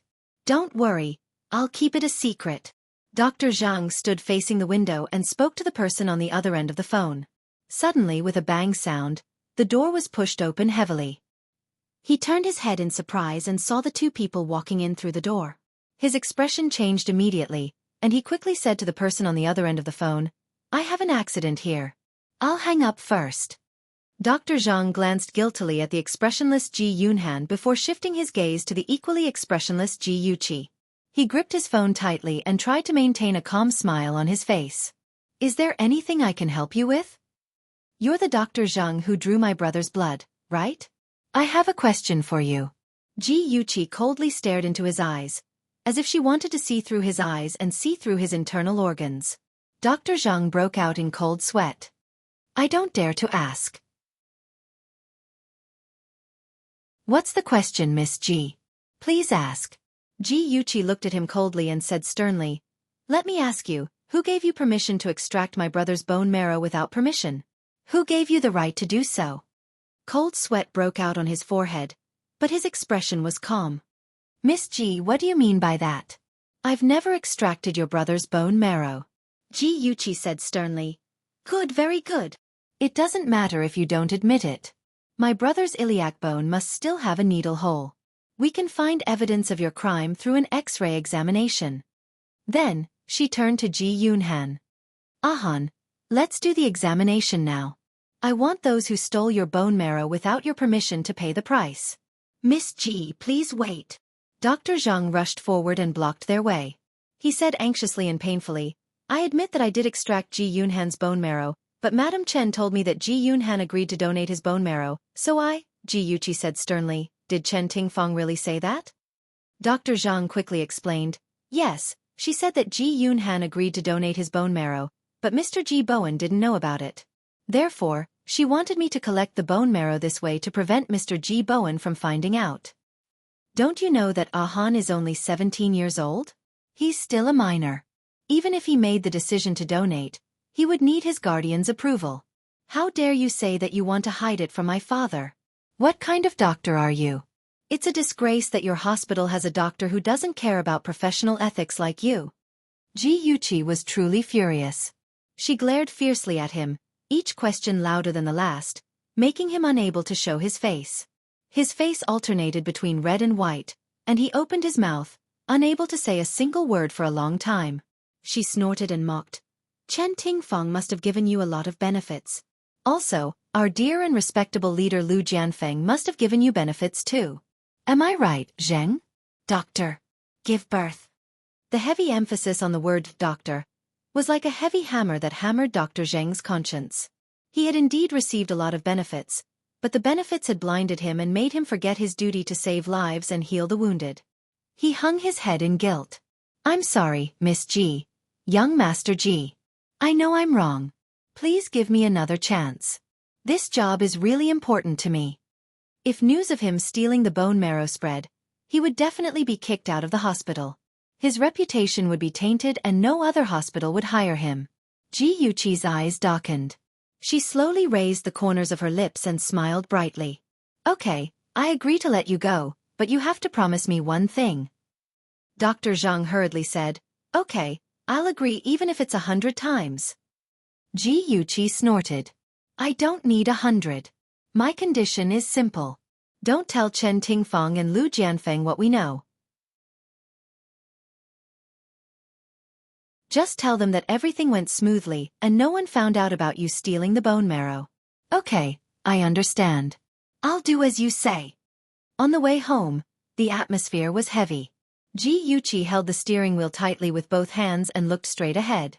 Her face was dark and she did not say a word. Ji Yunhan carefully peeked at her a few times. Seeing her sullen expression, he laughed dryly. Sis, are you still angry? Don't be angry. It's just a little bit of bone marrow. It won't do any harm to my body. Let them have it. Shut up. Ji Yuqi turned around and glared at him fiercely. Just bone marrow? I think you're lucky. What if they wanted your liver, kidney, or heart? Would you let them cut you up? The more she spoke, the angrier she became. She raised her arm and slapped him hard on the head. Be more careful next time. Don't just drink everything that people give you. I know, sis. You're so fierce.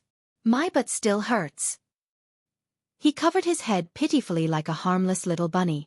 Ji Yuqi's heart ached when she thought about how his bone marrow had been inexplicably extracted. However, she was stubborn and refused to put down her pride to comfort him. She continued to lecture him with a straight face. Now you know it hurts. Let's see if you still drink anything in the future. Sis, he cried with tears in his eyes. Her heart almost broke. She couldn't help but reach out and rub his head. Her voice became gentle. All right, it doesn't hurt anymore. This time, I'm also at fault. I should have noticed the abnormality earlier. Ahan, don't worry. I'll get justice for you. If Lu Jianfeng told her honestly that Lu Tianhao was sick and needed Ahan to donate his bone marrow, she wouldn't refuse. She believed that Ahan wouldn't refuse either. After all, the conflict between the Ji family and Lu Jianfeng shouldn't involve Lu Tianhao. However, Lu Jianfeng shamelessly used underhanded means to steal Ahan's bone marrow. This was unacceptable to her. She wouldn't allow her brother to be bullied like this. Outside the operating room, Lu Jianfeng, Wu Shuyi, and other relatives were waiting anxiously. Lu Tianhao had been in the operating room for more than 4 hours. They didn't know what was going on inside. To them, every minute was torture. They're out. The doctor is out. Lu Jianfeng rushed to the doctor first. Doctor, how's my son? Don't worry. The patient's surgery was very successful. He just had surgery and his immune system is weak. He doesn't want too many people to visit him at once. Lu Jianfeng's eyes reddened. He nodded heavily. Thank you. In the ward, Lu Jianfeng and his wife saw their son who had just had surgery. He was lying among a pile of instruments. There was an 4 drip on the back of his hand. His face was pale and he hadn't woken up yet. Wu Shuyi leaned into her husband's arms and couldn't help but cry. Lu Jianfeng hugged her shoulder and whispered, Don't be sad. Little Hao will get better soon. Chen Tingfang, who had been waiting anxiously at home, heard that the surgery was a success. She locked herself in the room and danced with joy. On the other hand, Ji Yuqi got a piece of information from Liang Yu. The little girl that Lu Jianfeng brought to the hospital that day was called Wang Yingying. Her mother, Wang Menghan, was a teacher at Chenxi Kindergarten. It was said that she used to live in Hanqing and had just moved to Ying City. When Ji Yuqi saw Wang Menghan's photo, her eyes narrowed. She couldn't believe what she saw. The woman carrying the child in the photo looked very similar to Chen Tingfang. Something flashed through her mind. She asked hurriedly, Liang Yu, what's the relationship between Wang Menghan and Lu Jianfeng? Liang Yu was silent for 2 seconds and said, Actually, I've been secretly monitoring Wang Menghan and Lu Jianfeng. I found out that the two of them have only met once. It was when Lu Jianfeng sent Wang Yingying to Wang Menghan's place. Moreover, Lu Jianfeng stayed at her place for less than 10 minutes. The two of them seemed to be just ordinary friends. Ji Yuqi's gaze turned cold. She stared at the photo in her hand. She didn't believe that Lu Jianfeng and Wang Minghan's relationship wasn't that simple. Just the fact that Wang Minghan looked so similar to Chen Tingfang was very suspicious. Ad. Hongcha 866.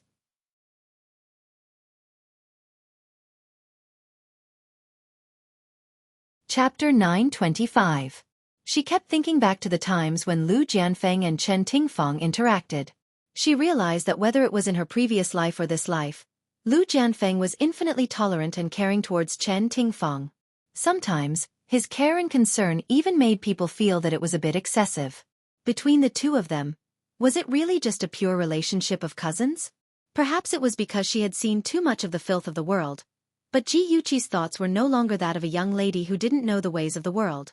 Just by looking at some clues, she could associate some evil things with it. She thought for a moment and said in a low voice, "Liang Yu, I want you to do me a favor. Continue to keep an eye on Lu Jianfeng and Wang Mengyao, and..." She lowered her voice and made an outrageous request. "Help me get Wang Mengyao's hair." "Okay, no problem." After Lu Tianhao's operation, there were no signs of rejection. He recovered well. Lu Jianfeng was relieved and began to put his energy into work. He was busy every day and often went to the countryside or remote places to inspect the work. He could not go home on time. Sometimes, he would only go home once every 2 or 3 days. However, he would call Wu Shuyi every day to ask about his son's condition. Wu Shuyi had been used to it. She had to be prepared to be alone when she married a powerful husband. In order to take care of her son, she quit her original job and stayed in the hospital almost every day to accompany her son. One day, Wu Shuyi was carrying the chicken soup she made and was about to send it to the hospital. The phone in her pocket suddenly vibrated. She opened it and saw a message from an unknown number. "Do you want to know what your husband is busy with every day? Go to this address and you will find the answer." Wu Shuyi shook her head in amusement. She just thought that someone was playing a prank. She put the phone in her pocket and ignored it. About 5 minutes later, the phone vibrated again. It was a message from the same number. "Why are you scared? Poor woman who has been kept in the dark." She quickly replied, "Please don't play any more pranks on me. I'll be angry." "Haha, pranks? You are deceiving yourself." Wu Shuyi's fingers trembled. She quickly replied, "Who are you? What is your purpose?" After sending the message, it was like a stone sinking into the sea. She waited for a long time, but did not receive a reply. Because of these inexplicable text messages, her originally good mood became gloomy. She carried the soup and walked into her son's ward. She barely managed to pull herself together, but her mind couldn't help but wander. Jian Feng was busy with work. She should believe him. However, that mysterious person's resolute and decisive words kept echoing in her ears. "Let's go and have a look. It's just a trip to prove that the mysterious man is playing a prank. Yes, he must be playing a prank." After a mental struggle, curiosity finally won out. Wu Shuyi told her son a few words and asked the nurse to take good care of him. Then she hurried out of the hospital and drove to the place mentioned by the mysterious man. This was a newly opened amusement park in Ying City. It had a complete set of gaming facilities. Wearing a hat and brown sunglasses, Wu Shuyi walked past a group of children and followed the address to a cold drink shop in the amusement park. Through the huge glass window, she saw Lu Jianfeng sitting by the window. Even if he was wearing sunglasses, as his wife, how could she not recognize him? Opposite him sat a young woman and a 7 or 8-year-old girl. When Wu Shuyi carefully looked at the young woman, she was so shocked that she almost screamed. She covered her mouth tightly and stared at the woman. She actually looked like Chen Tingfang. In the cold drink shop, Wang Yingying took 2 sips of fresh orange juice. Her big round eyes looked curiously at Lu Jianfeng. She said in a childish voice, "Uncle, why are you still wearing sunglasses? There's no sun here." Lu Jianfeng wore sunglasses because he didn't want others to find out his identity. Of course, he couldn't explain this to a child. So he smiled and said, "Uncle, don't you look handsome wearing sunglasses?" "Yes." "Then Uncle will always wear them to make himself look more handsome." "Oh, so that's how it is." Wang Yingying nodded as if she understood. Then she pouted and muttered, "But this way, I won't be able to see Uncle's face clearly. It's such a pity." Wang Menghan rubbed her daughter's hair and gently smiled. "Even if you can't see Uncle's face clearly, Yingying can touch Uncle and let Uncle hug you. This is already very good." Wang Yingying smiled and nodded heavily. "And that's right. Uncle played with me the whole day today. I'm so happy." Lu Jianfeng was amused by her cute appearance. He reached out and rubbed her soft hair. Inadvertently, his hand touched Wang Minghan's hand. He didn't withdraw his hand but took the opportunity to hold her hand. Wang Menghan glanced at him embarrassedly and said softly, "Don't be like this. Be careful not to be seen by others." His voice was low and magnetic. "It's okay. Today belongs to the three of us." The sunglasses covered his eyes, but it couldn't block his burning gaze. She felt that her body was about to melt under his burning gaze. She bit her lip and shyly returned his hand. Outside the cold drink shop, Wu Shuyi hid behind a pillar. Her eyes were fixed on the two hands that were clasped together. Her body was trembling and her mind was blank. She couldn't believe what she was seeing. She didn't know why this was happening and she didn't know what she should do. She and Lu Jianfeng were university classmates. Ever since she fell in love with him, she had been chasing after him. She thought that one day, she would be able to wait for him. She waited until she was 30 years old. She waited until she was young. When she thought that she would never be able to touch him for the rest of her life, he suddenly found her and said, "Let's get married. I'll treat you well." At that moment, she really felt that the whole world was bright. She was overjoyed. She was looking forward to a new life and happily married him. Then, she would take care of her husband and their son and wholeheartedly be the woman behind him. He fulfilled his promise. Although their married life couldn't be considered sweet, he respected her and loved their son very much. She thought that they would be able to grow old together, but now, she actually found out that he was having an affair. Her heart hurt so much, as if it was being cut by a knife. Her tears were like beads of a broken string, falling down from the corners of her eyes. She looked at the cold drink shop and saw her husband being gentle and considerate to another woman. She saw that they were like a family of three, smiling happily. Her heart hurt so much that she almost couldn't breathe. Their son was still lying in the hospital, but he was hugging that little girl and laughing happily. Stumbling all the way back to the car, Wu Shuyi's tears didn't stop. In the enclosed space, she couldn't control herself anymore. She covered her mouth and wailed loudly. She didn't know how long she cried, but her eyes were already swollen and difficult to open. Looking at her sorry figure in the mirror, her hair had already turned white, and she was even more sorrowful. She was almost 50 years old. Other than loving Lu Jianfeng without reservation, she seemed to have never done anything she wanted to do. For her husband, child and family, she gave up herself, but in the end, what she got was her husband's betrayal. When she was supporting his parents, he was rolling in the sheets with another woman. When she comforted her disappointed son by saying, "Daddy is busy," he was outside with another mother and daughter. When she couldn't sleep alone many times, when she envied other couples who were in pairs, when she was sick and needed his care, he wasn't by her side. She thought that he was busy, tried her best to be tolerant, and never made a fuss. However, the cruel reality shattered all her fantasies. The despair in her heart was like a wild vine, wrapping around her in despair. Time passed by minute. Unknowingly, the sky outside the window started to darken. She took out her phone and dialed that familiar number. "What's the matter?" The man's low voice entered her ears. She could vaguely hear a child's laughter. Her lips trembled a few times. After a few seconds of silence she said softly, "Jianfeng, have you ever loved me? We're already an old married couple. Why are you asking such a question? Is Xiao Hao okay?" He sounded a little impatient. Her lips twitched, and her eyes were filled with desolation. "Okay, Xiao Hao is very good. Can you come back tonight? I have something to talk to you about." "I still have something to do. I can't go back tonight. I'll go back tomorrow." He didn't wait for her answer and said, "Is there anything else? If not, I'll hang up first." Nothing. Beep, beep, beep. The sky was getting darker and darker. Bright lights decorated the city. A woman in a long dress with disheveled hair walked alone by the riverbank. She had been wandering around the riverbank for more than an hour. She was like a walking corpse, without any thoughts. She was just walking mechanically and aimlessly. A car was parked not far from her.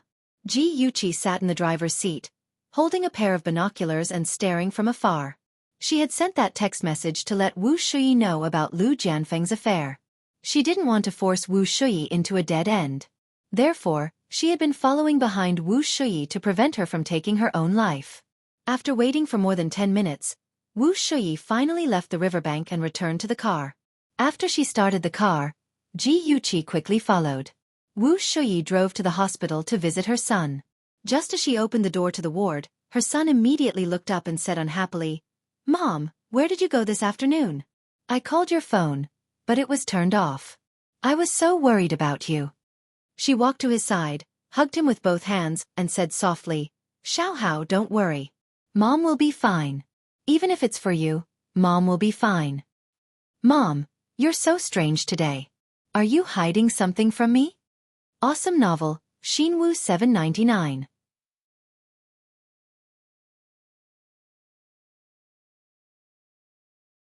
Chapter 926. Lu Tianhao was very sensitive. He raised his head and stared at her face, trying to find clues from her face. Wu Shuyi smiled and rubbed his head. "What can I hide from you? I'm just a little tired. Are you feeling unwell today?" "I'm fine, Mom. Since you're not feeling well, you should go home and rest. There are nurses taking care of me in the hospital. You don't have to worry." "Okay." She caressed her son's cheek.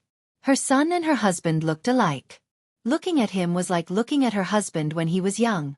Her heart, which was numb from the pain, twitched again. "At night. Who are you? What's your purpose for letting me see that?" Ji Yuqi came out of the bathroom and saw a message on her disposable SIM card. It was from Wu Shuyi. She smiled, picked up the phone, and replied, "I'm someone close to you. I just feel sorry for you, so I let you find out the truth." "I don't believe you're so kind. Tell me what you're trying to do." Ji Yuqi did not follow her train of thought. Instead, she changed the topic. "Aren't you curious about the little girl's background?" The person on the other side of the phone was silent for a long time. It was so long that Ji Yuqi almost fell asleep. Suddenly, she heard the sound of a message and woke her up. "That child. Is she really his illegitimate daughter?" Seeing the message, Ji Yuqi sighed. Liang Yu took Wang Yingying's hair and compared her DNA with Lu Tianhao's. The results showed that they were close relatives and that they had the same father. She guessed that Lu Jianfeng brought Wang Yingying to the hospital to match her bone marrow with Lu Tianhao's. Unfortunately, the match was not successful. That was why Lu Jianfeng chose to trick Han. Ji Yuqi's fingers slid and replied slowly, "Yes, he had an affair behind your back for 10 years. 10 years. 10 years was enough for a person to fall in love with another person. It was also enough for a person to age." Wu Shuyi's love for Lu Jianfeng and her child was condensed in each of her white hairs. However, the truth was always so cruel. Even if you spent your whole life, you could not warm a man's heart. Ji Yuqi could imagine her despair at this moment. It was just like how she felt when she fell off the cliff in her previous life. She was in so much pain that she wished she was dead. However, only by crossing that hurdle could she be reborn. So, Wu Shuyi, do your best. Your child is still waiting for you. The text message did not ring for a long time. Ji Yuqi lay in bed, tossing and turning, unable to fall asleep. She thought for a while and sent another text to Wu Shuyi. "You've given him more than 20 years of your youth. It's time for you to make plans for yourself and your child. A mother is strong because of her child. I believe you can stand up again." Wu Shuyi stared blankly at the ceiling. Her eyes were dry and painful, and she could no longer shed tears. She thought about many things. She thought about her past, about her love that was like a moth darting into a flame, about her husband's betrayal, and about her child's future. That mysterious person was right. She had to be strong. Even if her heart was riddled with holes, she had to be strong because Lil Hao still needed her protection. She did not sleep the entire night. She looked even more haggard in the mirror. Even the crow's feet at the corners of her eyes seemed to have deepened. She sighed and put on some light makeup to cover the dark circles under her eyes and the pimples that suddenly appeared on her face. Then, she opened her wardrobe and found a long colorful dress that she had not worn in a long time.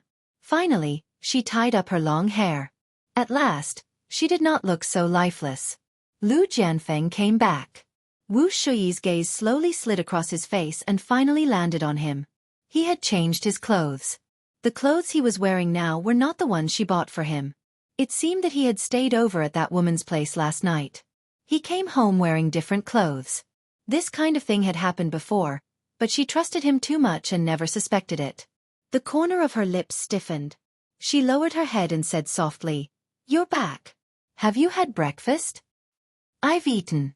Last night, you said that you had something to discuss with me. What is it?" Lu Jianfeng took off his coat and casually hung it on the hanger. Her nails dug into her palms. Yesterday, she was too agitated and wanted to talk to him about the divorce. However, after a night of consideration, she changed her mind. She slowly raised her head and looked at him with a calm gaze. She said indifferently, "I want to open a flower shop. What do you think?" "Open a flower shop?" Lu Jianfeng sat on the sofa and tapped his fingers on the armrest. His brows were slightly furrowed. "Why did you suddenly have this idea?" Wu Shuyi sat across from him and poured a cup of tea in front of him. She said indifferently, "Lil Hao's health is getting better and will recover soon. I will also have more free time. It's not a good idea to do nothing at home every day. So, I want to open a flower shop. It's not important whether I make money or not. I just want to have something to do." Lu Jianfeng's brows furrowed even tighter. "If news of you opening a flower shop gets out, where will my face go? If you feel bored, you can go shopping with the ladies in the courtyard and do some beauty treatments. Isn't that good? Beauty treatments? Heh." When she was 20 years old, he wouldn't even look at her. Now that she was in her 40s, even if she dressed herself up like a fairy, he wouldn't care. Wu Shuyi didn't want to waste time on those boring things. She smiled slightly. "When we got married, you said that you would respect my opinion. Right now, I only have one idea, and that is to open a flower shop. Can't you respect my opinion for once? I don't interact with the ladies of the officials. They don't know me, so you don't have to worry about me embarrassing you in front of your subordinates." She rarely spoke to him in such a tone. Lu Jianfeng suddenly felt that he didn't know her. He thought for a moment and said in a deep voice, "If you insist on opening a flower shop, then I won't stop you. You have to take care of your family and Lil Hao. Don't neglect them because of work." She was still smiling. "I won't. After all, I'm not Mayor Lu. I'm not that busy." Lu Jianfeng was stung by her words and felt a little uncomfortable. He said with a cold face, "I'm busy with work. I thought you would understand." "I understand very well." She stood up and looked at him condescendingly. She said lightly, "I'm going to the hospital to accompany Lil Hao. If you're free, you should go and see him. He asked about you yesterday." She felt that she owed her only son. Lu Jianfeng stood up as well. "I'll go with you." Lu Tianhao was very happy to see his parents appear at the same time. Wu Shuyi saw the bright smile on his face and felt sad. She secretly made up her mind that no matter what happened between her and Lu Jianfeng, she would protect her son. Cousin-in-law, you're all here." Chen Tingfang walked into the ward with fruits and supplements in her hands. Lu Jianfeng saw her and a warm smile appeared in his deep eyes. Wu Shuyi felt as if she had swallowed a fly. She was not a fool. Her husband's lover looked so much like Chen Tingfang. Of course she could guess the reason. Since she met her husband in university, she had never seen him in a relationship with another girl. After he started working, he was even more busy with work and had never been involved in any scandals. She thought that he was ambitious and would not talk about relationships. In the end, she did not expect that he already had someone in his heart. That person was his biological cousin. Taboo. Incest. Such a relationship was disgusting. Wu Shuyi pressed her right hand on her stomach and forced a smile. "Tingfang is here." After Chen Tingfang greeted Lu Jianfeng and his wife, her eyes fell on Lu Tianhao. She smiled and said, "Little Hao, you look so good today. Are you too happy to see Mom, Dad and Auntie?" "Yes, Auntie." The game console you gave me is so fun. What good things did you bring for me today? You little brat, you really don't hold back. But fortunately, I came prepared. Dang dang dang. Look at what this is. It's the latest iPhone. There are many fun games downloaded in it. I'm so touched. Auntie, you are so good to me. Seeing that his son was getting along well with Chen Tingfeng, Lu Jianfeng's smile deepened. He patted his son's shoulder, indicating that he should not be too naughty.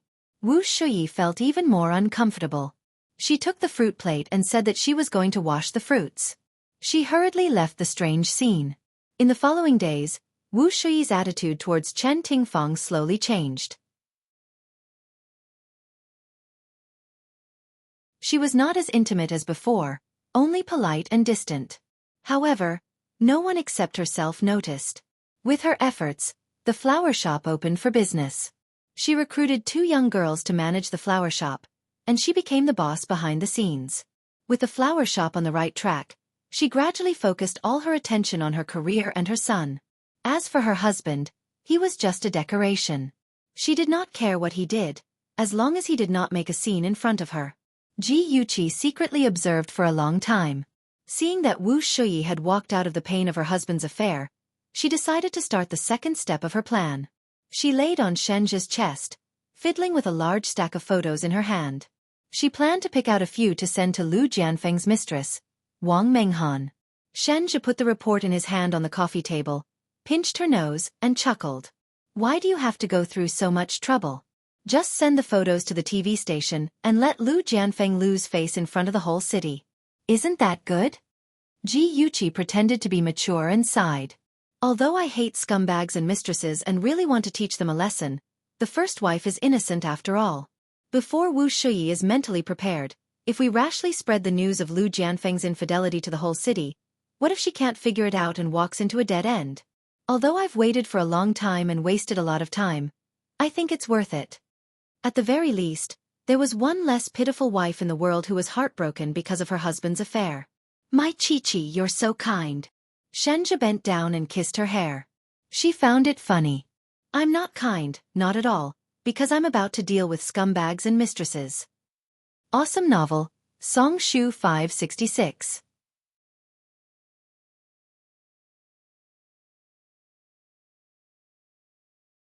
Chapter 927.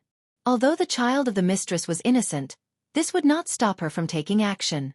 However, she would do her best to protect the child from being attacked by the media. You don't need to be kind when dealing with bad people. Shanja stroked her hair comfortingly. He loved her like this, daring to love and hate, decisive and brave. Ji Yuqi put aside the photo she had chosen and reached out to wrap her arms around his neck. She kissed him on the lips and smiled sweetly. In this world, only you can accept me unconditionally. Of course, I'm your husband. He hugged her tightly and deepened the kiss. After a long while, she lay in his arms and said softly, Aja, the 2-month deadline is almost up. How are your arrangements going? Do you have a chance of winning against Shen Yu? Previously, Shenzhe had mobilized the board of directors to set off a wave of opposition against Shen Yu. In the end, under Shen Jianhao's mediation, the board of directors proposed a 2-month deadline. Whoever did better between Shen Zhu and Shen Yu would become the new CEO of the Shen Group. I'll let you see Shen Yu suffer a crushing defeat. He stared into her eyes, his tone full of confidence. She smiled. I'm looking forward to it. While Ji Yuqi was busy taking revenge on Lu Jianfeng, Shenzhe was not idle either. The game between him and Shen Yu had reached its peak. The board meeting on Monday would decide which of the two of them would take on the big responsibility.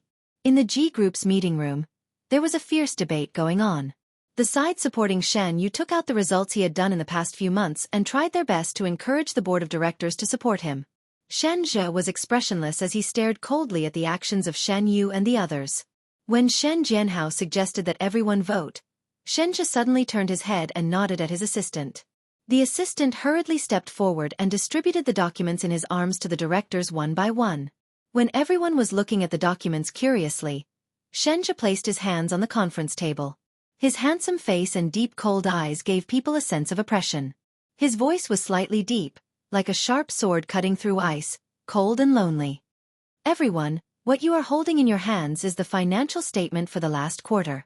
Shen Jianhao frowned unhappily. Haven't we already seen the last quarter's financial report? Shenzhe looked up at him. His gaze was calm and emotionless. This is the real financial statement. Shen Jianhao's expression changed. What do you mean? The corners of Shenzhe's lips curled up slightly, and his gaze was calm. It literally means that the first report you saw was embellished by someone and increased the profit by 10%. In addition, Hongyang Technology, which Shen Yu had proposed to acquire, was still in a state of loss. It was not the 3 million monthly profit that was reported in the report. Now what you are holding in your hands is the real financial statement. Everyone burst into an uproar, as if a pot had exploded. One by one, they buried their heads and carefully flipped through the report. Chen Yu's face was ashen. He suddenly slammed the table and angrily said, "Chen Xia, don't talk nonsense. The report I sent to everyone just now is the real account. This one is fake. Since we each have our own version of the story and the directors can't tell the truth, I will invite a witness to prove what I said." It was a casual sentence, as if they were discussing what to eat for breakfast. However, his deep and cold eyes revealed an unquestionable toughness.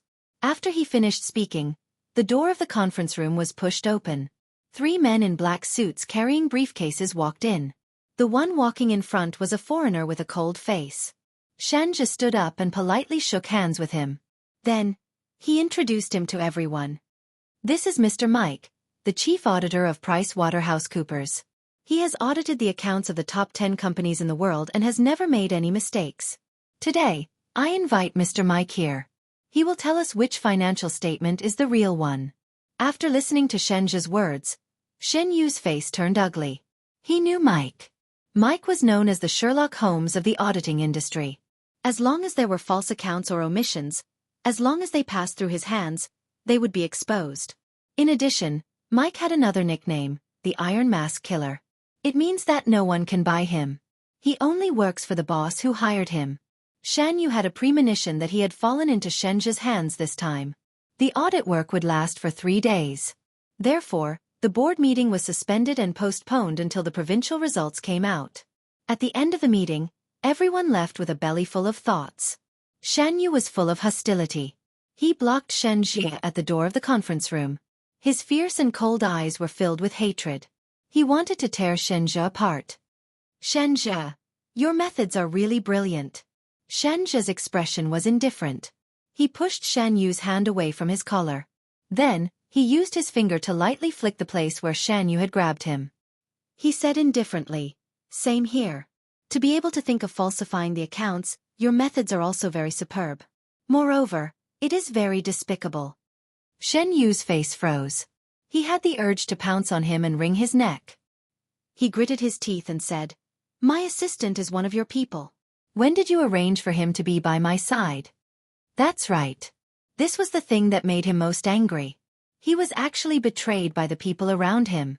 Only his assistant and the financial director knew that he had falsified the accounts.